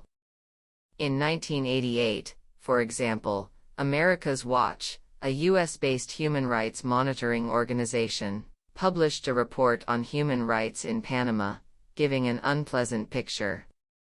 But as their reports, and other inquiries, make clear, Noriega's human rights record was nothing remotely like that of other U.S. clients in the region, and no worse than in the days when Noriega was still a favorite, following orders. Take Honduras, for example. Although it's not a murderous terrorist state like El Salvador or Guatemala, human rights abuses were probably worse there than in Panama. In fact, there's one CIA-trained battalion in Honduras that all by itself had carried out more atrocities than Noriega did. Or consider US-backed dictators like Trujillo in the Dominican Republic, Somoza in Nicaragua, Marcos in the Philippines, Duvalier in Haiti, and a host of Central American gangsters through the 1980s. They were all much more brutal than Noriega, But the United States supported them enthusiastically right through decades of horrifying atrocities, as long as the profits were flowing out of their countries and into the U.S. George Bush's administration continued to honor Mobutu, Ceausescu, and Saddam Hussein, among others, all far worse criminals than Noriega. Suharto of Indonesia, arguably the worst killer of them all, remains a Washington media moderate. In fact, at exactly the moment it invaded Panama because of its outrage over Noriega's professed abuses of human rights, the Bush administration announced new high-technology sales to China, noting that $300 million in business for U.S. firms was at stake and that contacts had secretly resumed a few weeks after the Tiananmen Square massacre.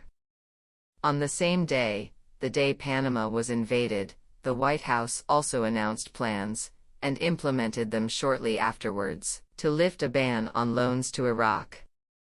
The State Department explained with a straight face that this was to achieve the goal of increasing U.S. exports and put us in a better position to deal with Iraq regarding its human rights record. The department continued with the pose as Bush rebuffed the Iraqi Democratic opposition, bankers, professionals, etc., and blocked congressional efforts to condemn the atrocious crimes of his old friend Saddam Hussein.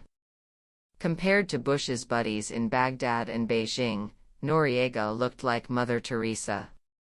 After the invasion, Bush announced $1 billion in aid to Panama. Of this, $400 million consisted of incentives for U.S. business to export products to Panama. $150 million was to pay off bank loans and $65 million went to private sector loans and guarantees to U.S. investors. In other words, about half the aid was a gift from the American taxpayer to American businesses. The U.S. put the bankers back in power after the invasion. Noriega's involvement in drug trafficking had been trivial compared to theirs. Drug trafficking there has always been conducted primarily by the banks.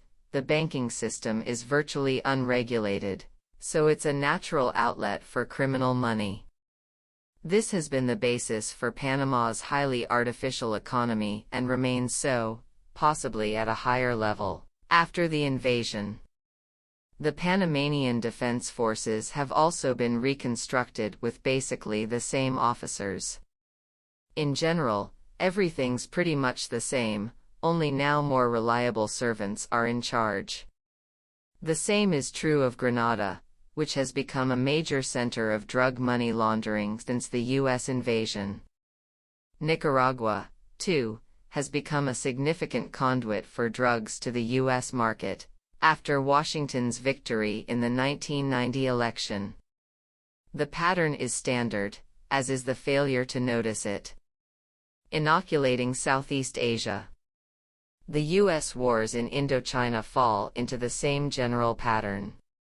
By 1948, the State Department recognized quite clearly that the Viet Minh, the anti-French resistance led by Ho Chi Minh, was the national movement of Vietnam.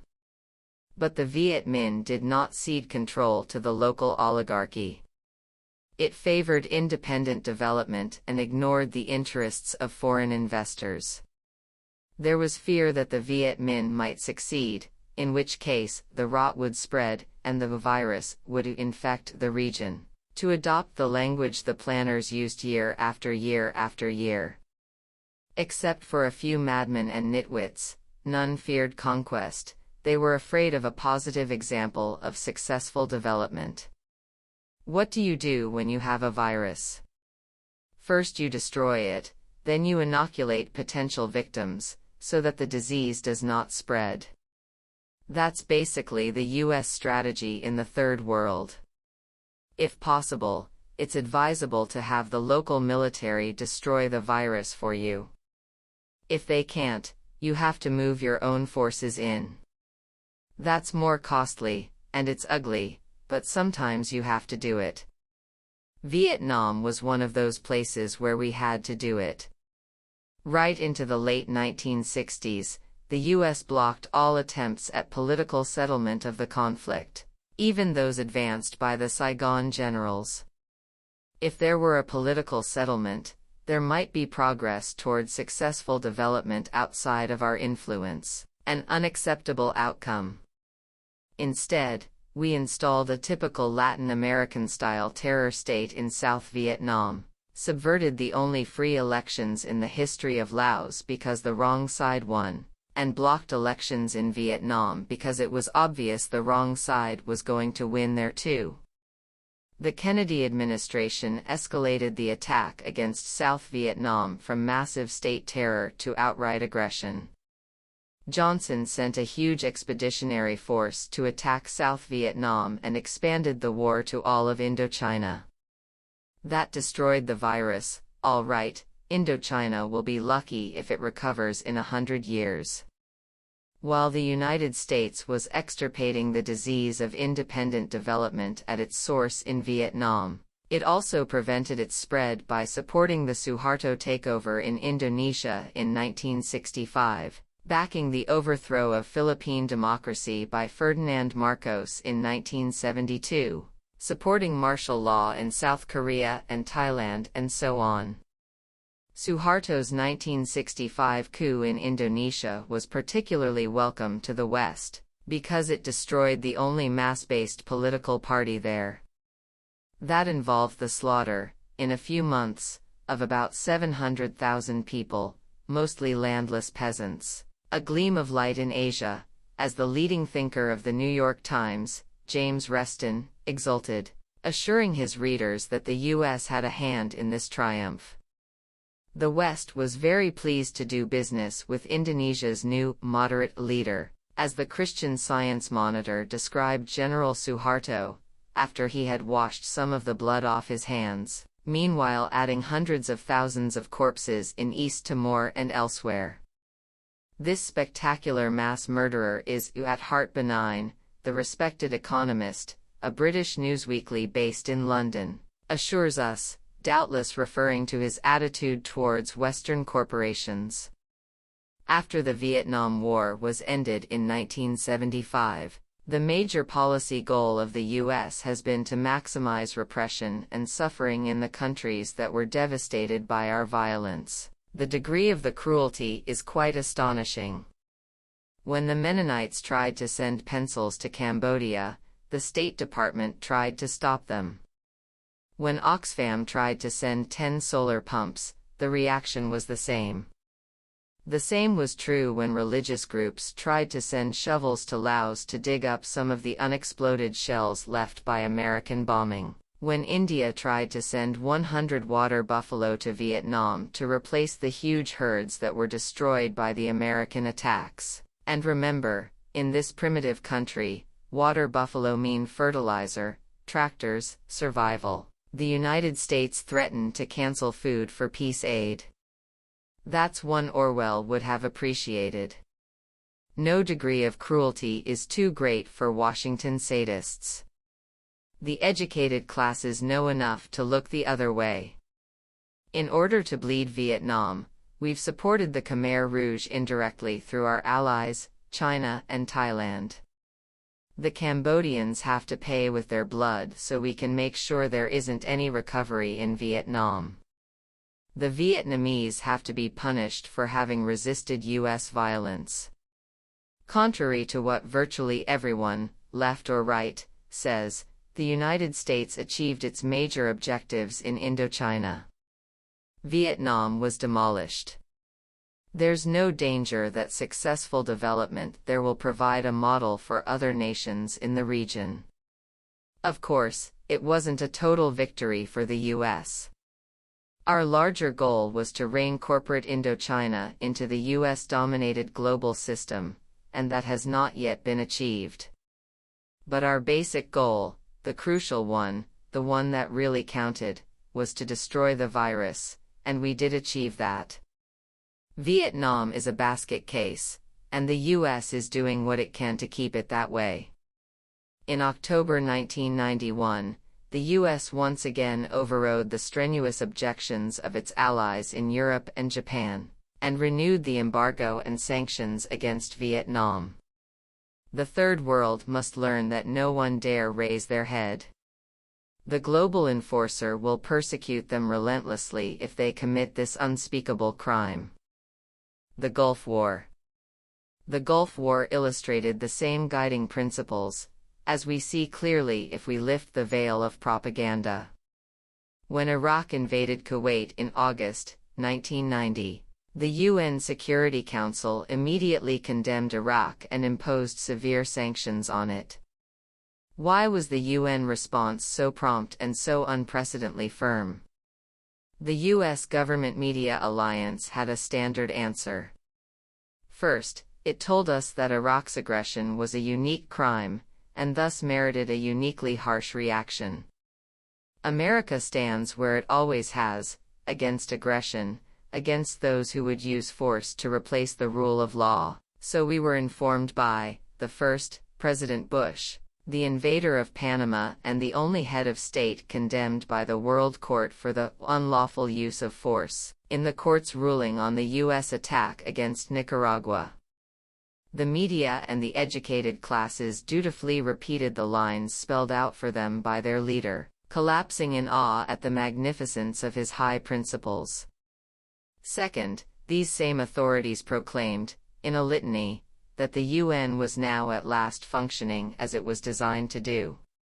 They claimed that this was impossible before the end of the Cold War, when the UN was rendered ineffective by Soviet disruption and the shrill anti-Western rhetoric of the Third World. Neither of these claims can withstand even a moment's scrutiny. The US wasn't upholding any high principle in the Gulf, nor was any other state.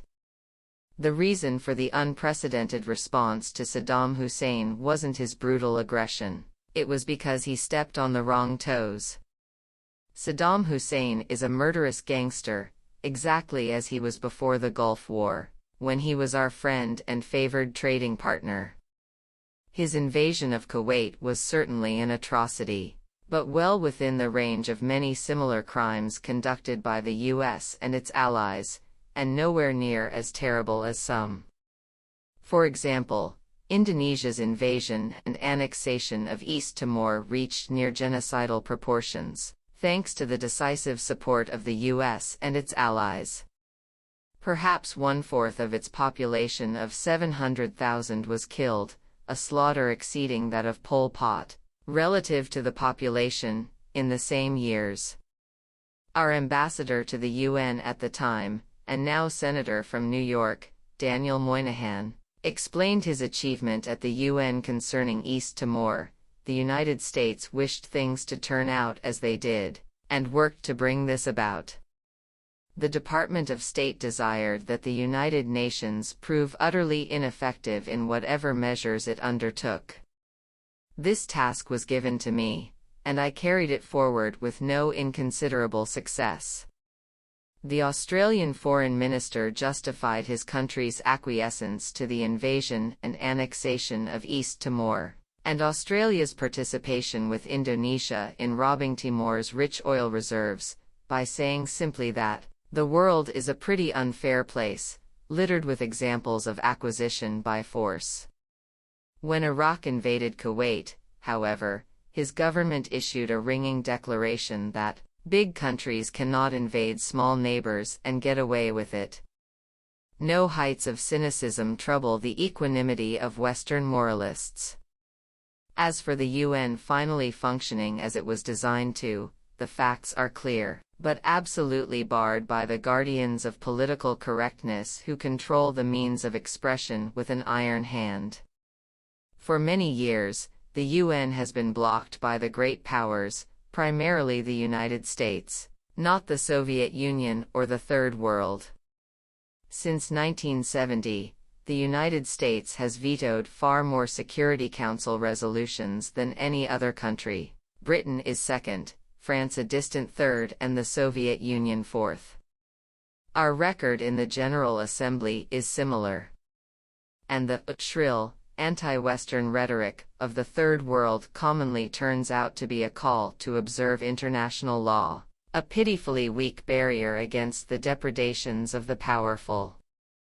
The UN was able to respond to Iraq's aggression because, for once, the United States allowed it to. The unprecedented severity of the UN sanctions was the result of intense US pressure and threats. The sanctions had an unusually good chance of working, both because of their harshness and because the usual sanctions busters, the United States, Britain and France, would have abided by them for a change. But even after allowing sanctions, the U.S. immediately moved to close off the diplomatic option by dispatching a huge military force to the Gulf, joined by Britain and backed by the family dictatorships that rule the Gulf's oil states, with only nominal participation by others. A smaller, deterrent force could have been kept in place long enough for the sanctions to have had a significant effect. An army of 500,000 couldn't. The purpose of the quick military buildup was to ward off the danger that Iraq might be forced out of Kuwait by peaceful means. Why was a diplomatic resolution so unattractive? Within a few weeks after the invasion of Kuwait on August 2, the basic outlines for a possible political settlement were becoming clear. Security Council Resolution 660, calling for Iraq's withdrawal from Kuwait, also called for simultaneous negotiations of border issues. By mid-August, the National Security Council considered an Iraqi proposal to withdraw from Kuwait in that context. There appear to have been two issues. First, Iraqi access to the Gulf, which would have entailed a lease or other control over two uninhabited mudflats assigned to Kuwait by Britain in its imperial settlement, which had left Iraq virtually landlocked. Second, resolution of a dispute over an oil field that extended 2 miles into Kuwait over an unsettled border. The U.S. flatly rejected the proposal, or any negotiations. On August 22, without revealing these facts about the Iraqi initiative, which it apparently knew, the New York Times reported that the Bush administration was determined to block the diplomatic track, for fear that it might defuse the crisis in very much this manner. The basic facts were published a week later by the Long Island Daily Newsday, but the media largely kept their silence. The last known offer before the bombing, released by U.S. officials on January 2, 1991, called for total Iraqi withdrawal from Kuwait. There were no qualifications about borders, but the offer was made in the context of unspecified agreements on other linked issues, weapons of mass destruction in the region and the Israel-Arab conflict. The latter issues include Israel's illegal occupation of southern Lebanon, in violation of Security Council Resolution 425 of March 1978, which called for its immediate and unconditional withdrawal from the territory it had invaded. The U.S. response was that there would be no diplomacy. The media suppressed the facts, Newsday aside, while lauding Bush's high principles. The U.S. refused to consider the linked issues because it was opposed to diplomacy on all the linked issues. This had been made clear months before Iraq's invasion of Kuwait, when the U.S. had rejected Iraq's offer of negotiations over weapons of mass destruction. In the offer, Iraq proposed to destroy all such chemical and biological weapons, if other countries in the region also destroyed their weapons of mass destruction. Saddam Hussein was then Bush's friend and ally, so he received a response, which was instructive. Washington said it welcomed Iraq's proposal to destroy its own weapons, but didn't want this linked to other issues or weapons systems. There was no mention of the other weapons systems, and there's a reason for that. Israel not only may have chemical and biological weapons, it's also the only country in the Mideast with nuclear weapons, probably about 200 of them. But Israeli nuclear weapons is a phrase that can't be written or uttered by any official U.S. government source. That phrase would raise the question of why all aid to Israel is not illegal, since foreign aid legislation from 1977 bars funds to any country that secretly develops nuclear weapons. Independent of Iraq's invasion, the U.S. had also always blocked any peace process in the Middle East that included an international conference and recognition of a Palestinian right of self-determination. For 20 years, the U.S. has been virtually alone in this stance. UN votes indicate the regular annual pattern, once again in December 1990. Right in the midst of the Gulf crisis, the call for an international conference was approved by a vote of 144 to 2, the U.S. and Israel. This had nothing to do with Iraq versus Kuwait. The U.S. also adamantly refused to allow a reversal of Iraq's aggression by the peaceful means prescribed by international law. Instead, it preferred to avoid diplomacy and to restrict the conflict to the arena of violence, in which a superpower facing no deterrent is bound to prevail over a third-world adversary.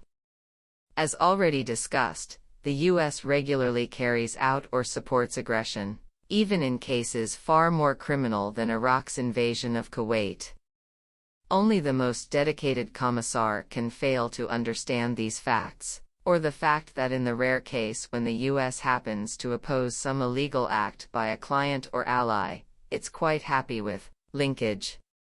Take the South African occupation of Namibia, declared illegal by the World Court and the UN in the L960s. The U.S. pursued quiet diplomacy and constructive engagement for years, brokering a settlement that gave South Africa ample reward, including Namibia's major port, for its aggression and atrocities, with linkage extending to the Caribbean and welcome benefits for international business interests. The Cuban forces that had defended Namibia's neighbor Angola from South African attack were withdrawn.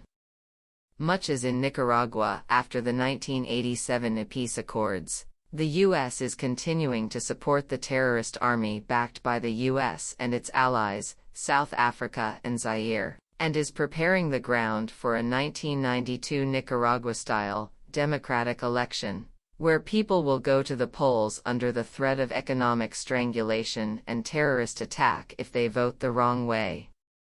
Meanwhile, South Africa was looting and destroying Namibia, and using it as a base for violence against its neighbors. In the Reagan-Bush years, L980-88, alone, South African violence led to about $60 billion in damage and over 1.5 million people killed in the neighboring countries, excluding Namibia and South Africa. But the Commissar class was unable to see these facts, and hailed George Bush's amazing display of principle as he opposed a linkage when someone steps on our toes. More generally, opposing linkage amounts to little more than rejecting diplomacy, which always involves broader issues. In the case of Kuwait, the U.S. position was particularly flimsy. After Saddam Hussein stepped out of line, the Bush administration insisted that Iraq's capacity for aggression be eliminated, a correct position, in contrast to its earlier support for Saddam's aggression and atrocities, and called for a regional settlement guaranteeing security. Well, that's linkage. The simple fact is that the U.S. feared that diplomacy might defuse the crisis, and therefore blocked diplomacy linkage at every turn during the build-up to the war. By refusing diplomacy, the U.S. achieved its major goals in the Gulf. We were concerned that the incomparable energy resources of the Middle East remain under our control, and that the enormous profits they produce help support the economies of the U.S. and its British client. The U.S. also reinforced its dominant position, and taught the lesson that the world is to be ruled by force. Those goals having been achieved, Washington proceeded to maintain stability, barring any threat of democratic change in the Gulf tyrannies and lending tacit support to Saddam Hussein as he crushed the popular uprising of the Shiites in the south, a few miles from U.S. lines, and then the Kurds in the north. But the Bush administration had not yet succeeded in achieving what its spokesman at the New York Times, chief diplomatic correspondent Thomas Friedman, calls the best of all worlds, an iron-fisted Iraqi junta without Saddam Hussein. This, Friedman writes, would be a return to the happy days when Saddam's iron fist held Iraq together, much to the satisfaction of the American allies Turkey and Saudi Arabia, not to speak of the boss in Washington. But the current situation in the Gulf reflects the priorities of the superpower that held all the cards, another truism that must remain invisible to the guardians of the faith. The Iran-Contra Cover-up. The major elements of the Iran-Contra story were well known long before the 1986 exposures, apart from one fact, that the sale of arms to Iran via Israel and the illegal Contra war run out of Ali North's White House office were connected. The shipment of arms to Iran through Israel didn't begin in 1985, when the congressional inquiry and the special prosecutor pick up the story. It began almost immediately after the fall of the Shah in 1979. By 1982, it was public knowledge that Israel was providing a large part of the arms for Iran. You could read it on the front page of the New York Times. In February 1982, the main Israeli figures whose names later appeared in the Iran-Contra hearings appeared on BBC television, the British Broadcasting Company, Britain's national broadcasting service, and described how they had helped organize an arms flow to the Khomeini regime. In October 1982, the Israeli ambassador to the U.S. stated publicly that Israel was sending arms to the Khomeini regime, with the cooperation of the United States, at almost the highest level. The high Israeli officials involved also gave the reasons: to establish links with elements of the military in Iran who might overthrow the regime, restoring the arrangements that prevailed under the Shah, standard operating procedure. As for the Contra War, the basic facts of the illegal North CIA operations were known by 1985, over a year before the story broke, when a U.S. supply plane was shot down and a U.S. agent, Eugene Hasenfuss, was captured. The media simply chose to look the other way.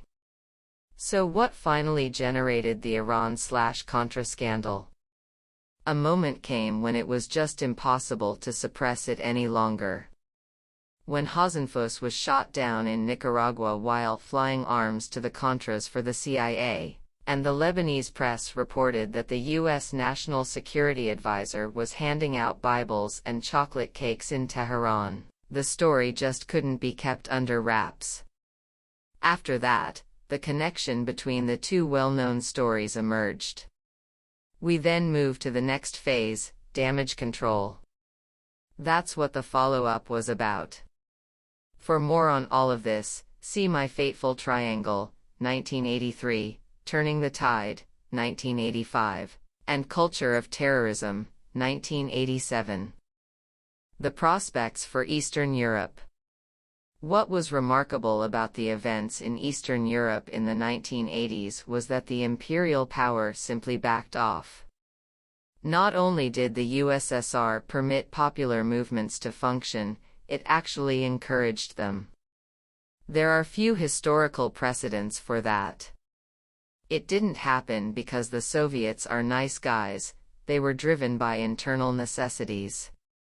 But it did happen and, as a result, the popular movements in Eastern Europe didn't have to face anything remotely like what they would have faced on our turf. The Journal of the Salvadoran Jesuits quite accurately pointed out that in their country Václav Havel, the former political prisoner who became president of Czechoslovakia, wouldn't have been put in jail. He might well have been hacked to pieces and left by the side of the road somewhere. The USSR even apologized for its past use of violence, and this too was unprecedented. U.S. newspapers concluded that, Because the Russians admitted that the invasion of Afghanistan was a crime that violated international law, they were finally joining the civilized world. That's an interesting reaction. Imagine someone in the US media suggesting that maybe the United States ought to try to rise to the moral level of the Kremlin, and admit that the attacks against Vietnam, Laos, and Cambodia violated international law. The one country in Eastern Europe where there was extensive violence as the tyrannies collapsed was the very one where the Soviets had the least amount of influence and where we had the most, Romania. Nicolae Ceausescu, the dictator of Romania, was given the royal treatment when he visited England. The US gave him favored nation treatment, trade advantages, and the like. Ceausescu was just as brutal and crazed then as he was later, but because he'd largely withdrawn from the Warsaw Pact and was following a somewhat independent course, we felt he was partially on our side in the international struggle. We're in favor of independence as long as it's in other people's empires, not in our own. Elsewhere in Eastern Europe, the uprisings were remarkably peaceful. There was some repression, but historically, 1989 was unique. I can't think of another case that comes close to it. I think the prospects are pretty dim for Eastern Europe. The West has a plan for it. They want to turn large parts of it into a new, easily exploitable part of the Third World. There used to be a sort of colonial relationship between Western and Eastern Europe. In fact, the Russians' blocking of that relationship was one of the reasons for the Cold War. Now it's being re-established and there's a serious conflict over who's going to win the race for robbery and exploitation. Is it going to be German-led Western Europe, currently in the lead, or Japan, waiting in the wings to see how good the profits look, or the United States, trying to get into the act? There are a lot of resources to be taken, and lots of cheap labor for assembly plants. But first we have to impose the capitalist model on them. We don't accept it for ourselves, but for the Third World, we insist on it. That's the IMF system.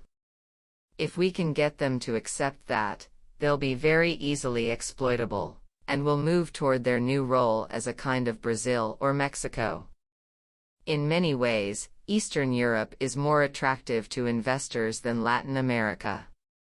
One reason is that the population is white and blue-eyed, and therefore easier to deal with for investors who come from deeply racist societies like Western Europe and the United States.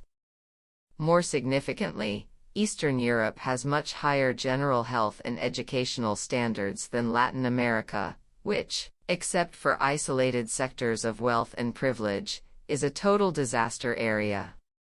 One of the few exceptions in this regard is Cuba, which does approach Western standards of health and literacy, but its prospects are very grim. One reason for this disparity between Eastern Europe and Latin America is the vastly greater level of state terror in the latter, after the Stalin years. A second reason is economic policy. According to U.S. intelligence, the Soviet Union poured about $80 billion into Eastern Europe in the 1970s. The situation has been quite different in Latin America.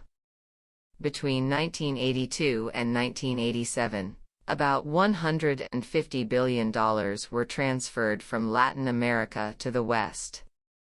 The New York Times cites estimates that hidden transactions, including drug money, illegal profits, etc., might be in the $700 billion range. The effects in Central America have been particularly awful, but the same is true throughout Latin America. There's rampant poverty, malnutrition, infant mortality, environmental destruction, state terror, and a collapse of living standards to the levels of decades ago. The situation in Africa is even worse. The catastrophe of capitalism was particularly severe in the 1980s, an unrelenting nightmare, in the domains of the Western powers, in the accurate terms of the head of the Organization of African Unity. Illustrations provided by the World Health Organization estimate that 11 million children die every year in the developing world, a silent genocide that could be brought to a quick end if resources were directed to human needs rather than enrichment of a few. In a global economy designed for the interests and needs of international corporations and finance, and sectors that serve them, most people become superfluous. They will be cast aside if the institutional structures of power and privilege function without popular challenge or control. The world's rent-a-thug. For most of this century, the United States was far and away the world's dominant economic power, and that made economic warfare an appealing weapon, including measures ranging from illegal embargoes to enforcement of IMF rules, for the weak. But in the last 20 years or so, the U.S. has declined relative to Japan and German-led Europe, thanks in part to the economic mismanagement of the Reagan administration, which threw a party for the rich, with costs paid by the majority of the population and future generations. At the same time, however, U.S. military power has become absolutely preeminent.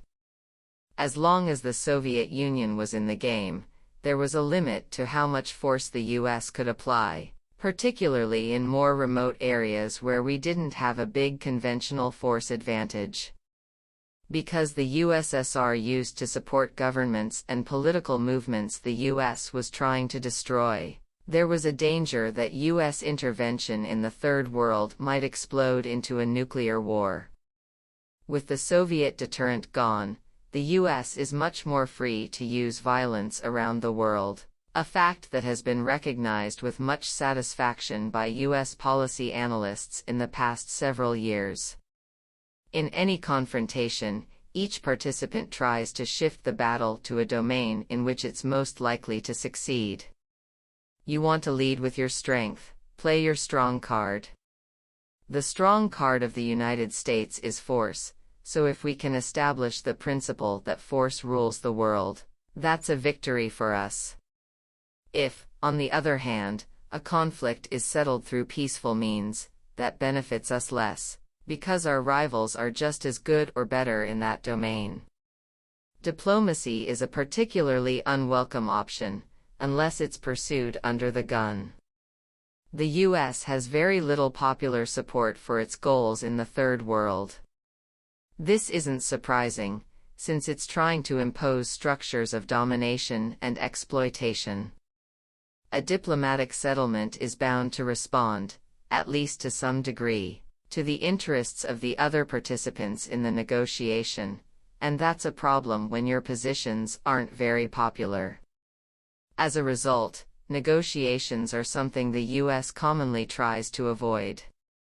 Contrary to much propaganda, that has been true in Southeast Asia, the Middle East and Central America for many years. Against this background, it's natural that the first Bush administration should regard military force as a major policy instrument, preferring it to sanctions and diplomacy, as in the Gulf crisis. But since the U.S. now lacks the economic base to impose order and stability in the Third World, it must rely on others to pay for the exercise, a necessary one, it's widely assumed, since someone must ensure a proper respect for the masters.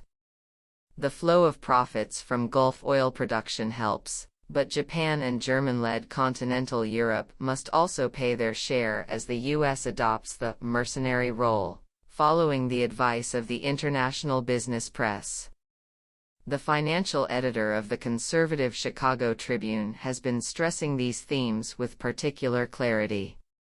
We must be willing mercenaries, paid for our ample services by our rivals, using our monopoly power in the security market to maintain our control over the world economic system.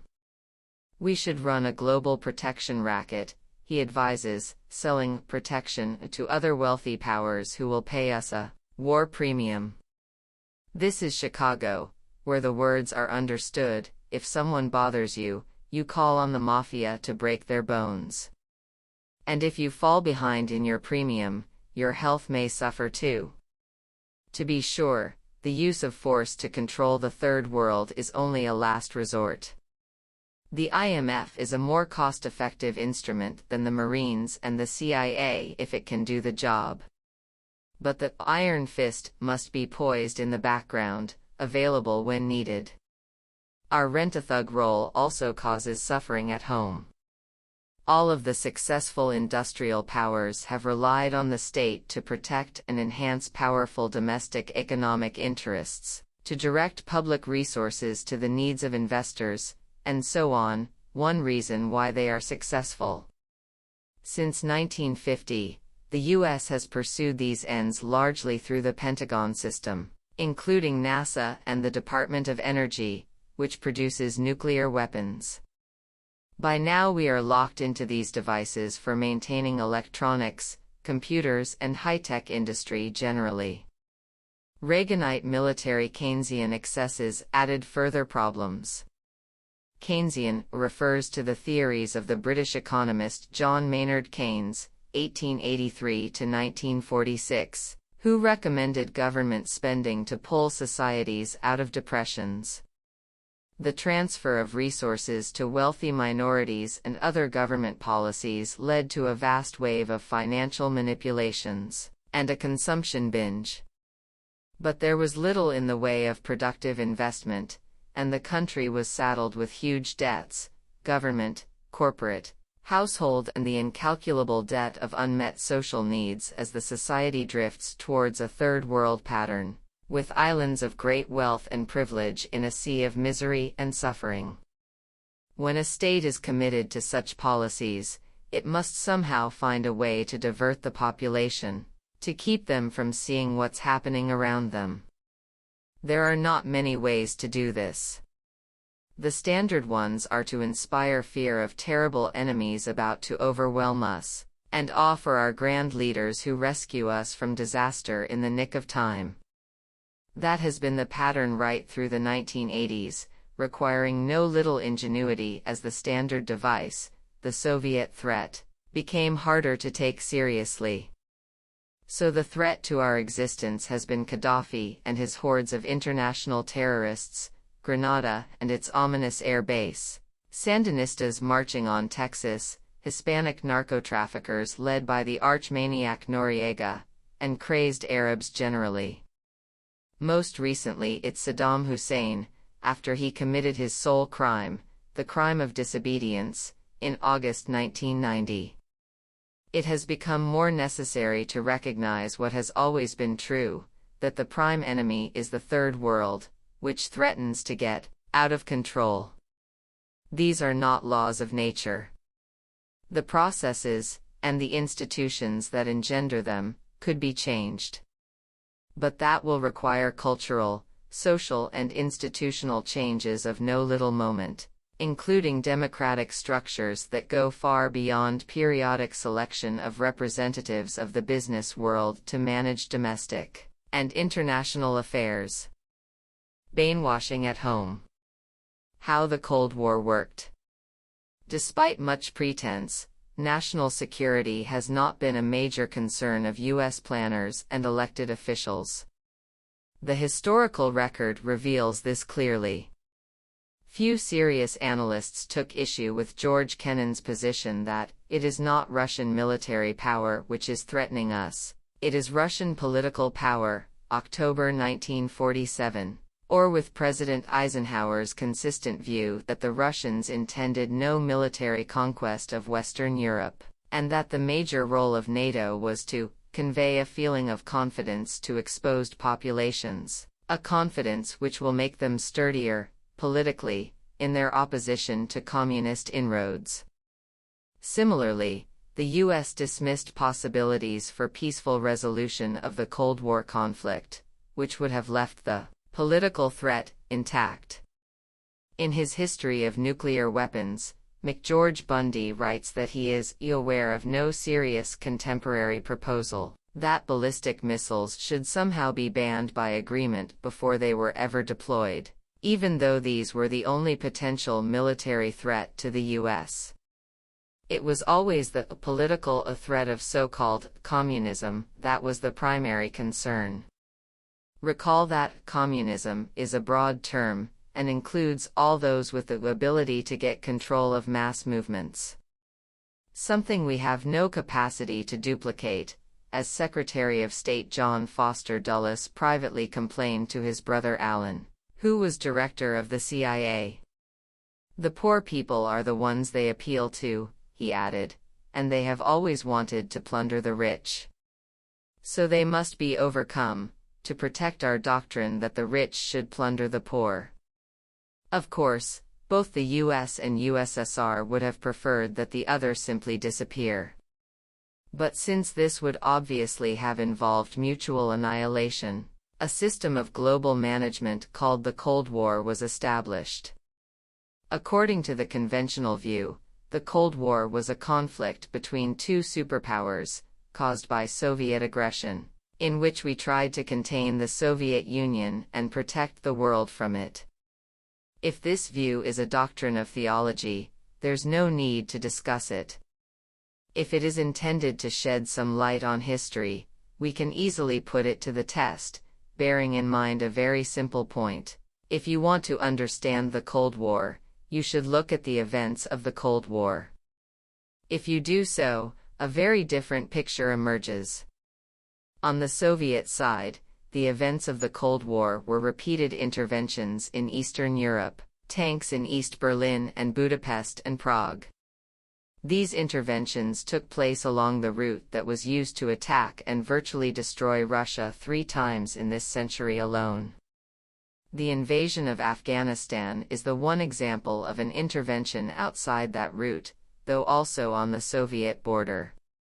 On the US side, intervention was worldwide, reflecting the status attained by the US as the first truly global power in history. On the domestic front, the Cold War helped the Soviet Union entrench its military bureaucratic ruling class in power, and it gave the US a way to compel its population to subsidize high-tech industry. It isn't easy to sell all that to the domestic populations. The technique used was the old standby, fear of a great enemy. The Cold War provided that too. No matter how outlandish the idea that the Soviet Union and its tentacles were strangling the West, the evil empire was in fact evil, was an empire and was brutal. Each superpower controlled its primary enemy, its own population, by terrifying it with the, quite real, crimes of the other. In crucial respects, then, the Cold War was a kind of tacit arrangement between the Soviet Union and the United States, under which the US conducted its wars against the Third World and controlled its allies in Europe, while the Soviet rulers kept an iron grip on their own internal empire and their satellites in Eastern Europe, each side using the other to justify repression and violence in its own domains. So why did the Cold War end, and how does its end change things? By the 1970s, Soviet military expenditures were leveling off and internal problems were mounting, with economic stagnation and increasing pressures for an end to tyrannical rule. Soviet power internationally had, in fact, been declining for some 30 years, as a study by the Center for Defense Information showed in 1980. A few years later, the Soviet system had collapsed. The Cold War ended with the victory of what had always been the far richer and more powerful contestant. The Soviet collapse was part of the more general economic catastrophe of the 1980s, more severe in most of the Third World domains of the West than in the Soviet Empire. As we've already seen, the Cold War had significant elements of North-South conflict, to use the contemporary euphemism for the European conquest of the world. Much of the Soviet Empire had formerly been quasi-colonial dependencies of the West. The Soviet Union took an independent course, providing assistance to targets of Western attack and deterring the worst of Western violence. With the collapse of Soviet tyranny, much of the region can be expected to return to its traditional status, with the former higher echelons of the bureaucracy playing the role of the third world elites that enrich themselves while serving the interests of foreign investors. But while this particular phase has ended, North-South conflicts continue. One side may have called off the game, but the US is proceeding as before, more freely, in fact, with Soviet deterrence a thing of the past. It should have surprised no one that, the first, President Bush celebrated the symbolic end of the Cold War, the fall of the Berlin Wall, by immediately invading Panama and announcing loud and clear that the US would subvert Nicaragua's election by maintaining its economic stranglehold and military attack unless our side won. Nor did it take great insight for Elliott Abrams to observe that the US invasion of Panama was unusual because it could be conducted without fear of a Soviet reaction anywhere, or for numerous commentators during the Gulf crisis to add that the US and Britain were now free to use unlimited force against its third world enemy, since they were no longer inhibited by the Soviet deterrent. Of course, the end of the Cold War brings its problems too. Notably, the technique for controlling the domestic population has had to shift, a problem recognized through the 1980s, as we've already seen. New enemies have to be invented.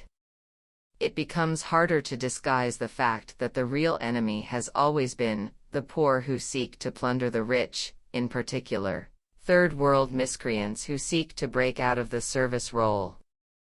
The war on certain drugs. One substitute for the disappearing evil empire has been the threat of drug traffickers from Latin America. In early September 1989, a major government media blitz was launched by the president. That month the AP wires carried more stories about drugs than about Latin America, Asia, the Middle East and Africa combined. If you looked at television, every news program had a big section on how drugs were destroying our society, becoming the greatest threat to our existence, etc. The effect on public opinion was immediate. When Bush won the 1988 election, people said the budget deficit was the biggest problem facing the country. Only about 3% named drugs. After the media blitz, concern over the budget was way down and drugs had soared to about 40% or 45%, which is highly unusual for an open question, where no specific answers are suggested.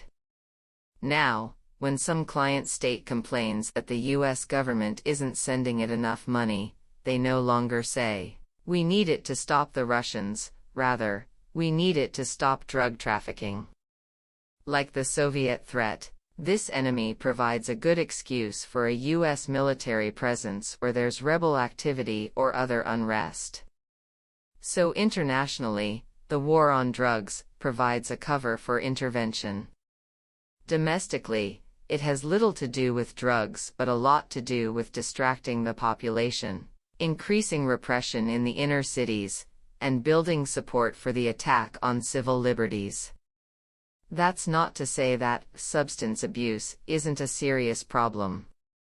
At the time the drug war was launched, deaths from tobacco were estimated at about 300,000 a year, with perhaps another 100,000 from alcohol. But these aren't the drugs the Bush administration targeted. It went after illegal drugs, which had caused many fewer deaths, 3,500 plus a year, according to official figures. One reason for going after these drugs was that their use had been declining for some years, so the Bush administration could safely predict that its drug war would succeed in lowering drug use. The administration also targeted marijuana, which hadn't caused any known deaths among some 60 million users. In fact, that crackdown has exacerbated the drug problem. Many marijuana users have turned from this relatively harmless drug to more dangerous drugs like cocaine, which are easier to conceal. Just as the drug war was launched with great fanfare in September 1989, the U.S. Trade Representative, USTR, panel held a hearing in Washington to consider a tobacco industry request that the U.S. impose sanctions on Thailand, in retaliation for its efforts to restrict U.S. tobacco imports and advertising. Such U.S. government actions had already rammed this lethal addictive narcotic down the throats of consumers in Japan, South Korea and Taiwan, with human costs of the kind already indicated. The U.S. Surgeon General, Everett Koop, testified at the USTR panel that, when we are pleading with foreign governments to stop the flow of cocaine, it is the height of hypocrisy for the United States to export tobacco. He added, years from now, our nation will look back on this application of free trade policy and find it scandalous. Thai witnesses also protested, predicting that the consequence of U.S. sanctions would be to reverse a decline in smoking achieved by their government's campaign against tobacco use. Responding to the U.S. tobacco companies' claim that their product is the best in the world, a Thai witness said, "Certainly in the Golden Triangle we have some of the best products, but we never ask the principle of free trade to govern such products. In fact, we suppressed them." Critics recalled the Opium War 150 years earlier, when the British government compelled China to open its doors to opium from British India, sanctimoniously pleading the virtues of free trade as they forcefully imposed large-scale drug addiction on China. Here we have the biggest drug story of the day. Imagine the screaming headlines: U.S. government world's leading drug peddler. It would surely sell papers. But the story passed virtually unreported, and with not a hint of the obvious conclusions. Another aspect of the drug problem, which also received little attention, is the leading role of the U.S. government in stimulating drug trafficking since World War II. This happened in part when the U.S. began its post-war task of undermining the anti-fascist resistance, and the labor movement became an important target. In France, the threat of the political power and influence of the labor movement was enhanced by its steps to impede the flow of arms to French forces seeking to reconquer their former colony of Vietnam with U.S. aid. So the CIA undertook to weaken and split the French labor movement, with the aid of top American labor leaders, who were quite proud of their role. The task required strikebreakers and goons. There was an obvious supplier, the mafia. Of course, they didn't take on this work just for the fun of it, they wanted a return for their efforts. And it was given to them. They were authorized to re-establish the heroin racket that had been suppressed by the fascist governments, the famous French connection that dominated the drug trade until the 1960s. By then, the center of the drug trade had shifted to Indochina, particularly Laos and Thailand. The shift was again a byproduct of a CIA operation, the Secret War, fought in those countries during the Vietnam War by a CIA mercenary army. They also wanted a payoff for their contributions. Later, as the CIA shifted its activities to Pakistan and Afghanistan, the drug racket boomed there. The clandestine war against Nicaragua also provided a shot in the arm to drug traffickers in the region, as illegal CIA arms flights to the U.S. mercenary forces offered an easy way to ship drugs back to the U.S., sometimes through U.S. Air Force bases, traffickers report. The close correlation between the drug racket and international terrorism, sometimes called counterinsurgency, low-intensity conflict, or some other euphemism, is not surprising. Clandestine operations need plenty of money, which should be undetectable. And they need criminal operatives as well. The rest follows. War is peace. Freedom is slavery. Ignorance is strength. The terms of political discourse typically have two meanings. One is the dictionary meaning, and the other is a meaning that is useful for serving power, the doctrinal meaning. Take democracy. According to the common sense meaning, a society is democratic to the extent that people can participate in a meaningful way in managing their affairs. But the doctrinal meaning of democracy is different. It refers to a system in which decisions are made by sectors of the business community and related elites. The public are to be only spectators of action, not participants, as leading democratic theorists, in this case, Walter Lippmann, have explained. They are permitted to ratify the decisions of their betters and to lend their support to one or another of them, but not to interfere with matters, like public policy, that are none of their business. If segments of the public depart from their apathy and begin to organize and enter the public arena, that's not democracy. Rather, it's a crisis of democracy in proper technical usage, a threat that has to be overcome in one or another way. In El Salvador, by death squads; at home, by more subtle and indirect means. Or take free enterprise, a term that refers, in practice, to a system of public subsidy and private profit, with massive government intervention in the economy to maintain a welfare state for the rich. In fact, in acceptable usage, just about any phrase containing the word free is likely to mean the opposite of its actual, literal meaning. Or take defense against aggression, a phrase that's used, predictably, to refer to aggression. When the U.S. attacked South Vietnam in the early 1960s, the liberal hero Adlai Stevenson, among others, explained that we were defending South Vietnam against internal aggression, that is, the aggression of South Vietnamese peasants against the U.S. Air Force and a U.S.-run mercenary army, which were driving them out of their homes and into concentration camps where they could be protected from the southern guerrillas. In fact, these peasants willingly supported the guerrillas, while the U.S. client regime was an empty shell, as was agreed on all sides.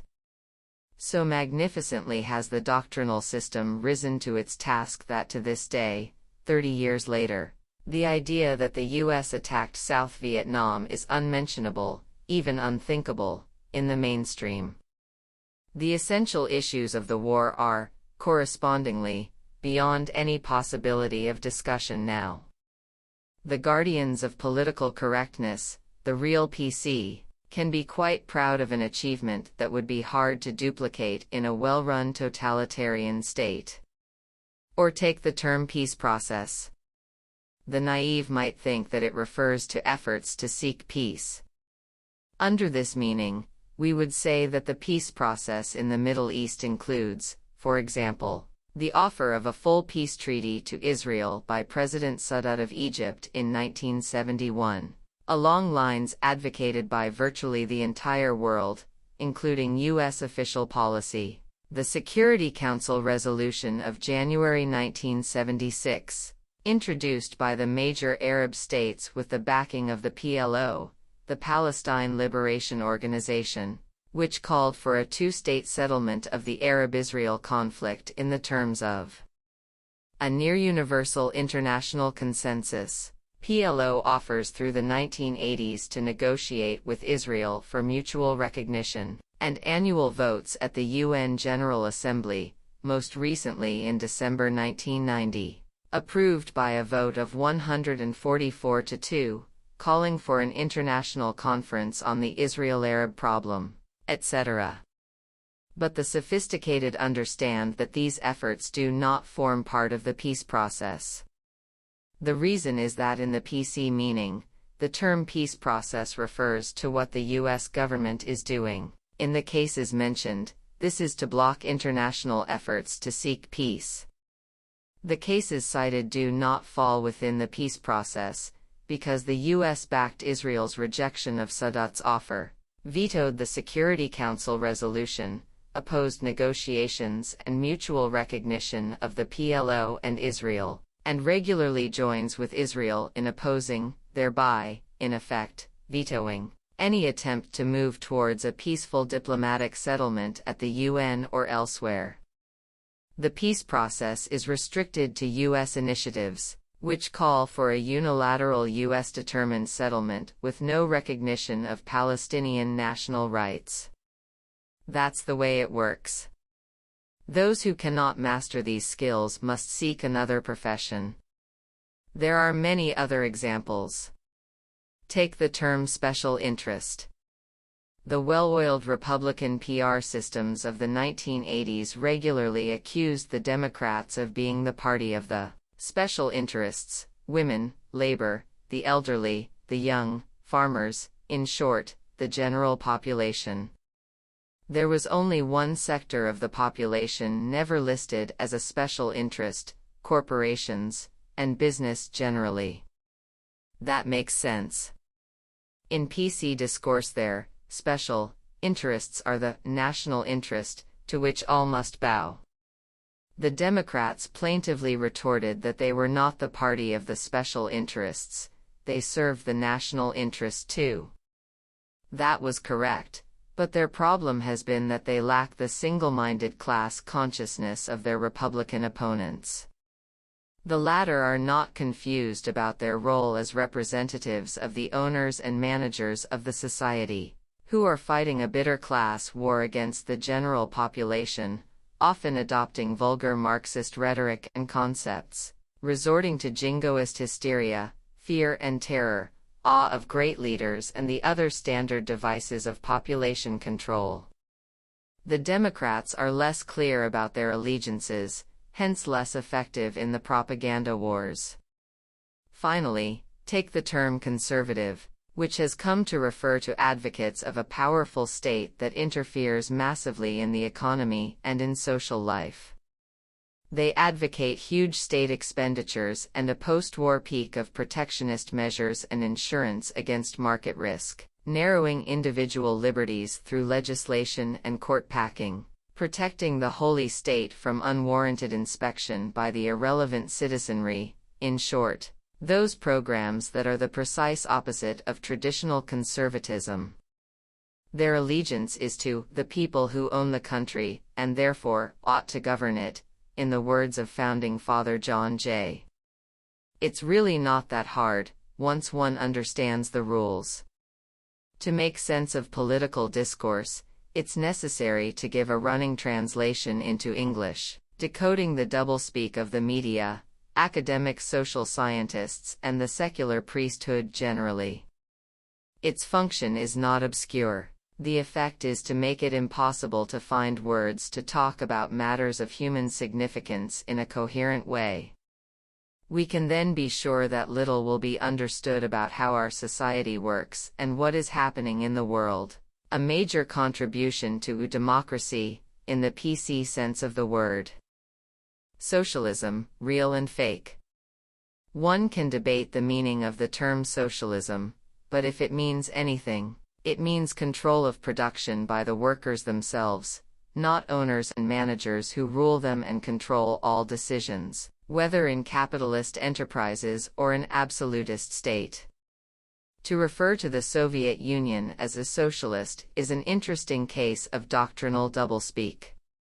The Bolshevik coup of October 1917 placed state power in the hands of Lenin and Trotsky, who moved quickly to dismantle the incipient socialist institutions that had grown up during the Popular Revolution of the preceding months: the factory councils, the Soviets, popularly elected legislative assemblies, in fact any organ of popular control, and to convert the workforce into what they called a labor army, under the command of the leader.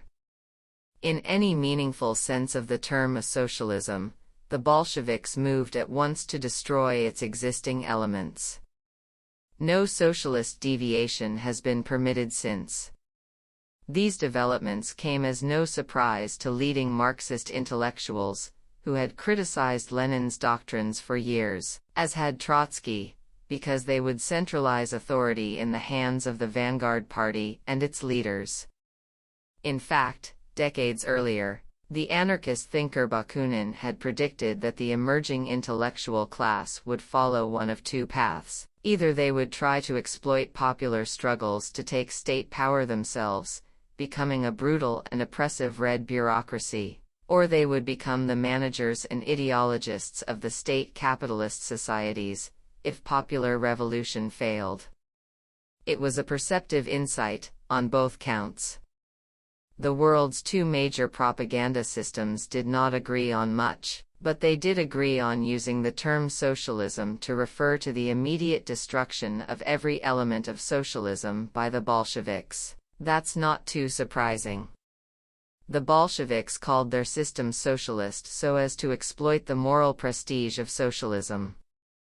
The West adopted the same usage for the opposite reason, to defame the feared libertarian ideals by associating them with the Bolshevik dungeon, to undermine the popular belief that there really might be progress towards a more just society, with democratic control over its basic institutions and concern for human needs and rights.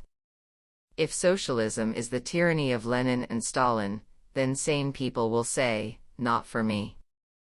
And if that's the only alternative to corporate state capitalism, then many will submit to its authoritarian structures as the only reasonable choice. With the collapse of the Soviet system, there's an opportunity to revive the lively and vigorous libertarian socialist thought that was not able to withstand the doctrinal and repressive assaults of the major systems of power. How large a hope that is, we cannot know. But at least one roadblock has been removed. In that sense, the disappearance of the Soviet Union is a small victory for socialism, much as the defeat of the fascist powers was. The media. Whether they're called liberal or conservative, the major media are large corporations, owned by and interlinked with even larger conglomerates. Like other corporations, they sell a product to a market. The market is advertisers, that is, other businesses. The product is audiences. For the elite media that set the basic agenda to which others adapt, the product is, furthermore, relatively privileged audiences.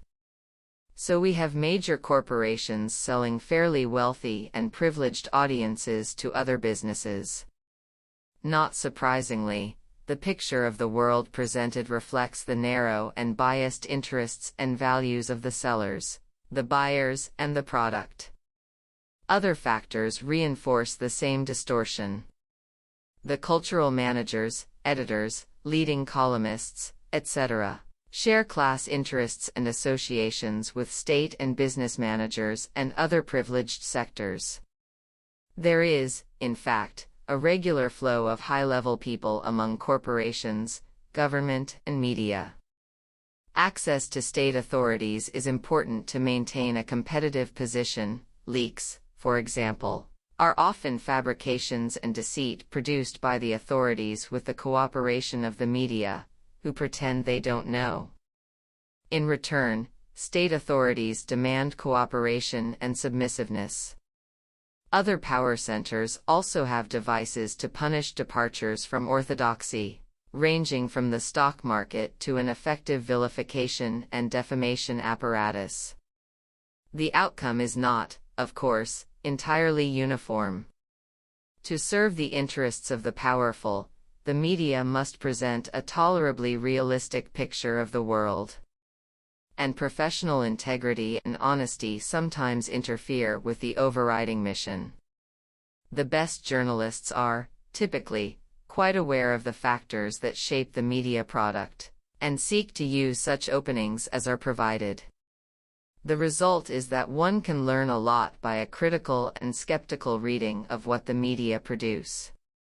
The media are only one part of a larger doctrinal system. Other parts are journals of opinion, the schools and universities, academic scholarship, and so on.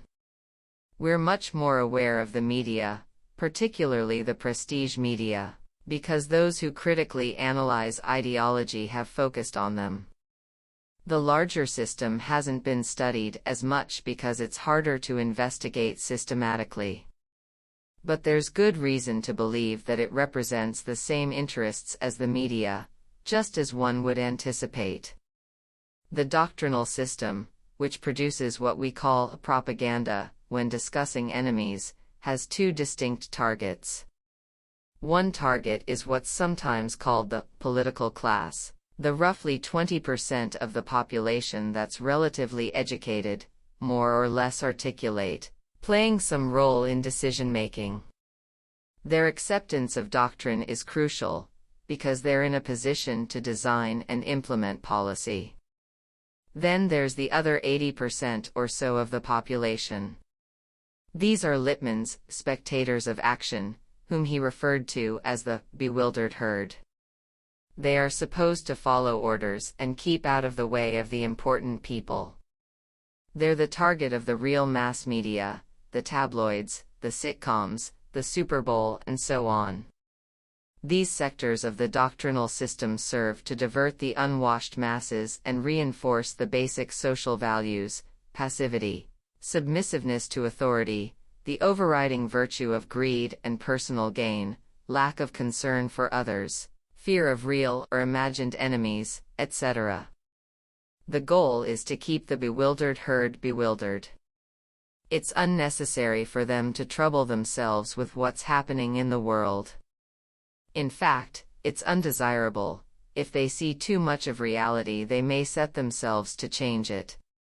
That's not to say that the media can't be influenced by the general population. The dominant institutions, whether political, economic, or doctrinal, are not immune to public pressures. Independent, alternative, media can also play an important role. Though they lack resources, almost by definition, they gain significance in the same way that popular organizations do, by bringing together people with limited resources who can multiply their effectiveness and their own understanding through their interactions, precisely the democratic threat that's so feared by dominant elites. The future. Things have changed. It's important to recognize how much the scene has changed in the past 30 years as a result of the popular movements that organized, in a loose and chaotic way, around such issues as civil rights, peace, feminism, the environment, and other issues of human concern. Take the Kennedy and Reagan administrations, which were similar in a number of ways in their basic policies and commitments. When Kennedy launched a huge international terrorist campaign against Cuba after his invasion failed, and then escalated the murderous state terror in South Vietnam to outright aggression, there was no detectable protest.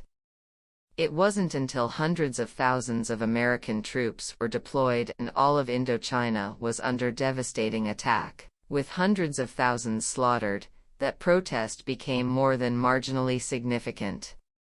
In contrast, as soon as the Reagan administration hinted that they intended to intervene directly in Central America, spontaneous protest erupted at a scale sufficient to compel the state terrorists to turn to other means.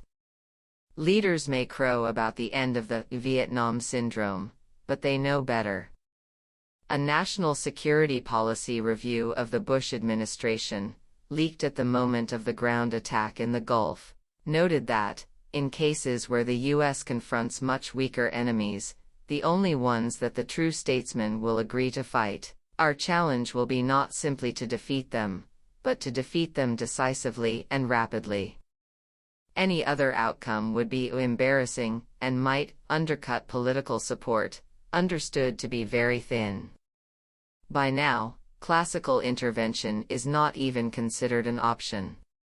The means are limited to clandestine terror, kept secret from the domestic population, or decisive and rapid demolition of much weaker enemies, after huge propaganda campaigns depicting them as monsters of indescribable power.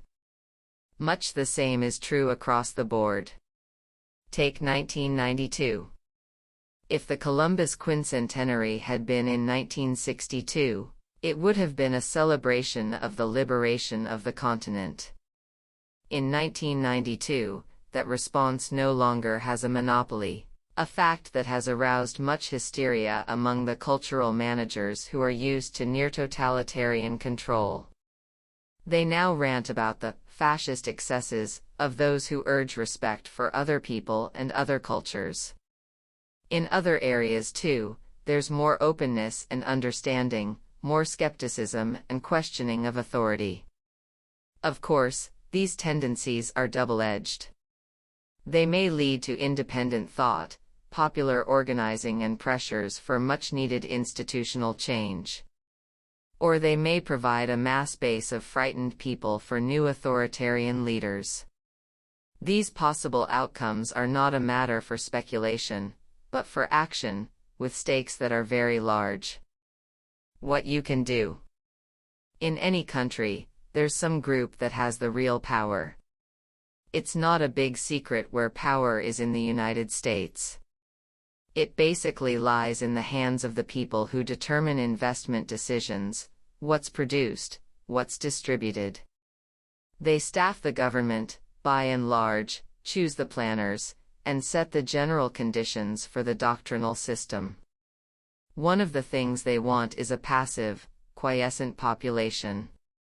So one of the things that you can do to make life uncomfortable for them is not be passive and quiescent. There are lots of ways of doing that. Even just asking questions can have an important effect. Demonstrations, writing letters, and voting can all be meaningful. It depends on the situation. But the main point is, it's got to be sustained and organized. If you go to one demonstration and then go home, that's something, but the people in power can live with that. What they can't live with is sustained pressure that keeps building, organizations that keep doing things, people that keep learning lessons from the last time and doing it better the next time. Any system of power, even a fascist dictatorship, is responsive to public dissidence. It's certainly true in a country like this, where, fortunately, the state doesn't have a lot of force to coerce people. During the Vietnam War, direct resistance to the war was quite significant, and it was a cost that the government had to pay. If elections are just something in which some portion of the population goes and pushes a button every couple of years, they don't matter. But if the citizens organize to press a position, and pressure their representatives about it, elections can matter. Members of the House of Representatives can be influenced much more easily than senators, and senators somewhat more easily than the president, who is usually immune. When you get to that level, policy is decided almost totally by the wealthy and powerful people who own and manage the country. But you can organize on a scale that will influence representatives. You can get them to come to your homes to be yelled at by a group of neighbors, or you can sit in at their offices, whatever works in the circumstances. It can make a difference, often an important one. You can also do your own research. Don't just rely on the conventional history books and political science texts. Go back to specialist monographs and to original sources, national security memoranda, and similar documents. Most good libraries have reference departments where you can find them. It does require a bit of effort. Most of the material is junk, and you have to read a ton of stuff before you find anything good. There are guides that give you hints about where to look, and sometimes you'll find references in secondary sources that look intriguing. Often they're misinterpreted, but they suggest places to search. It's no big mystery, and it's not intellectually difficult. It involves some work, but anybody can do it as a spare time job. And the results of that research can change people's minds. Real research is always a collective activity, and its results can make a large contribution to changing consciousness, increasing insight and understanding, and leading to constructive action. The struggle continues. The struggle for freedom is never over. The people of the Third World need our sympathetic understanding and, much more than that, they need our help. We can provide them with a margin of survival by internal disruption in the United States. Whether they can succeed against the kind of brutality we impose on them depends in large part on what happens here. The courage they show is quite amazing. I've personally had the privilege, and it is a privilege, of catching a glimpse of that courage at first hand in Southeast Asia, in Central America, and on the occupied West Bank. It's a very moving and inspiring experience, and invariably brings to my mind some contemptuous remarks of Rousseau's on Europeans who have abandoned freedom and justice for the peace and repose they enjoy in their chains. He goes on to say, "When I see multitudes of entirely naked savages scorn European voluptuousness and endure hunger, fire, the sword and death to preserve only their independence, I feel that it does not behoove slaves to reason about freedom." People who think that these are mere words understand very little about the world. And that's just a part of the task that lies before us. There's a growing third world at home. There are systems of illegitimate authority in every corner of the social, political, economic, and cultural worlds. For the first time in human history, we have to face the problem of protecting an environment that can sustain a decent human existence. We don't know that honest and dedicated effort will be enough to solve or even mitigate such problems as these. We can be quite confident, however, that the lack of such efforts will spell disaster.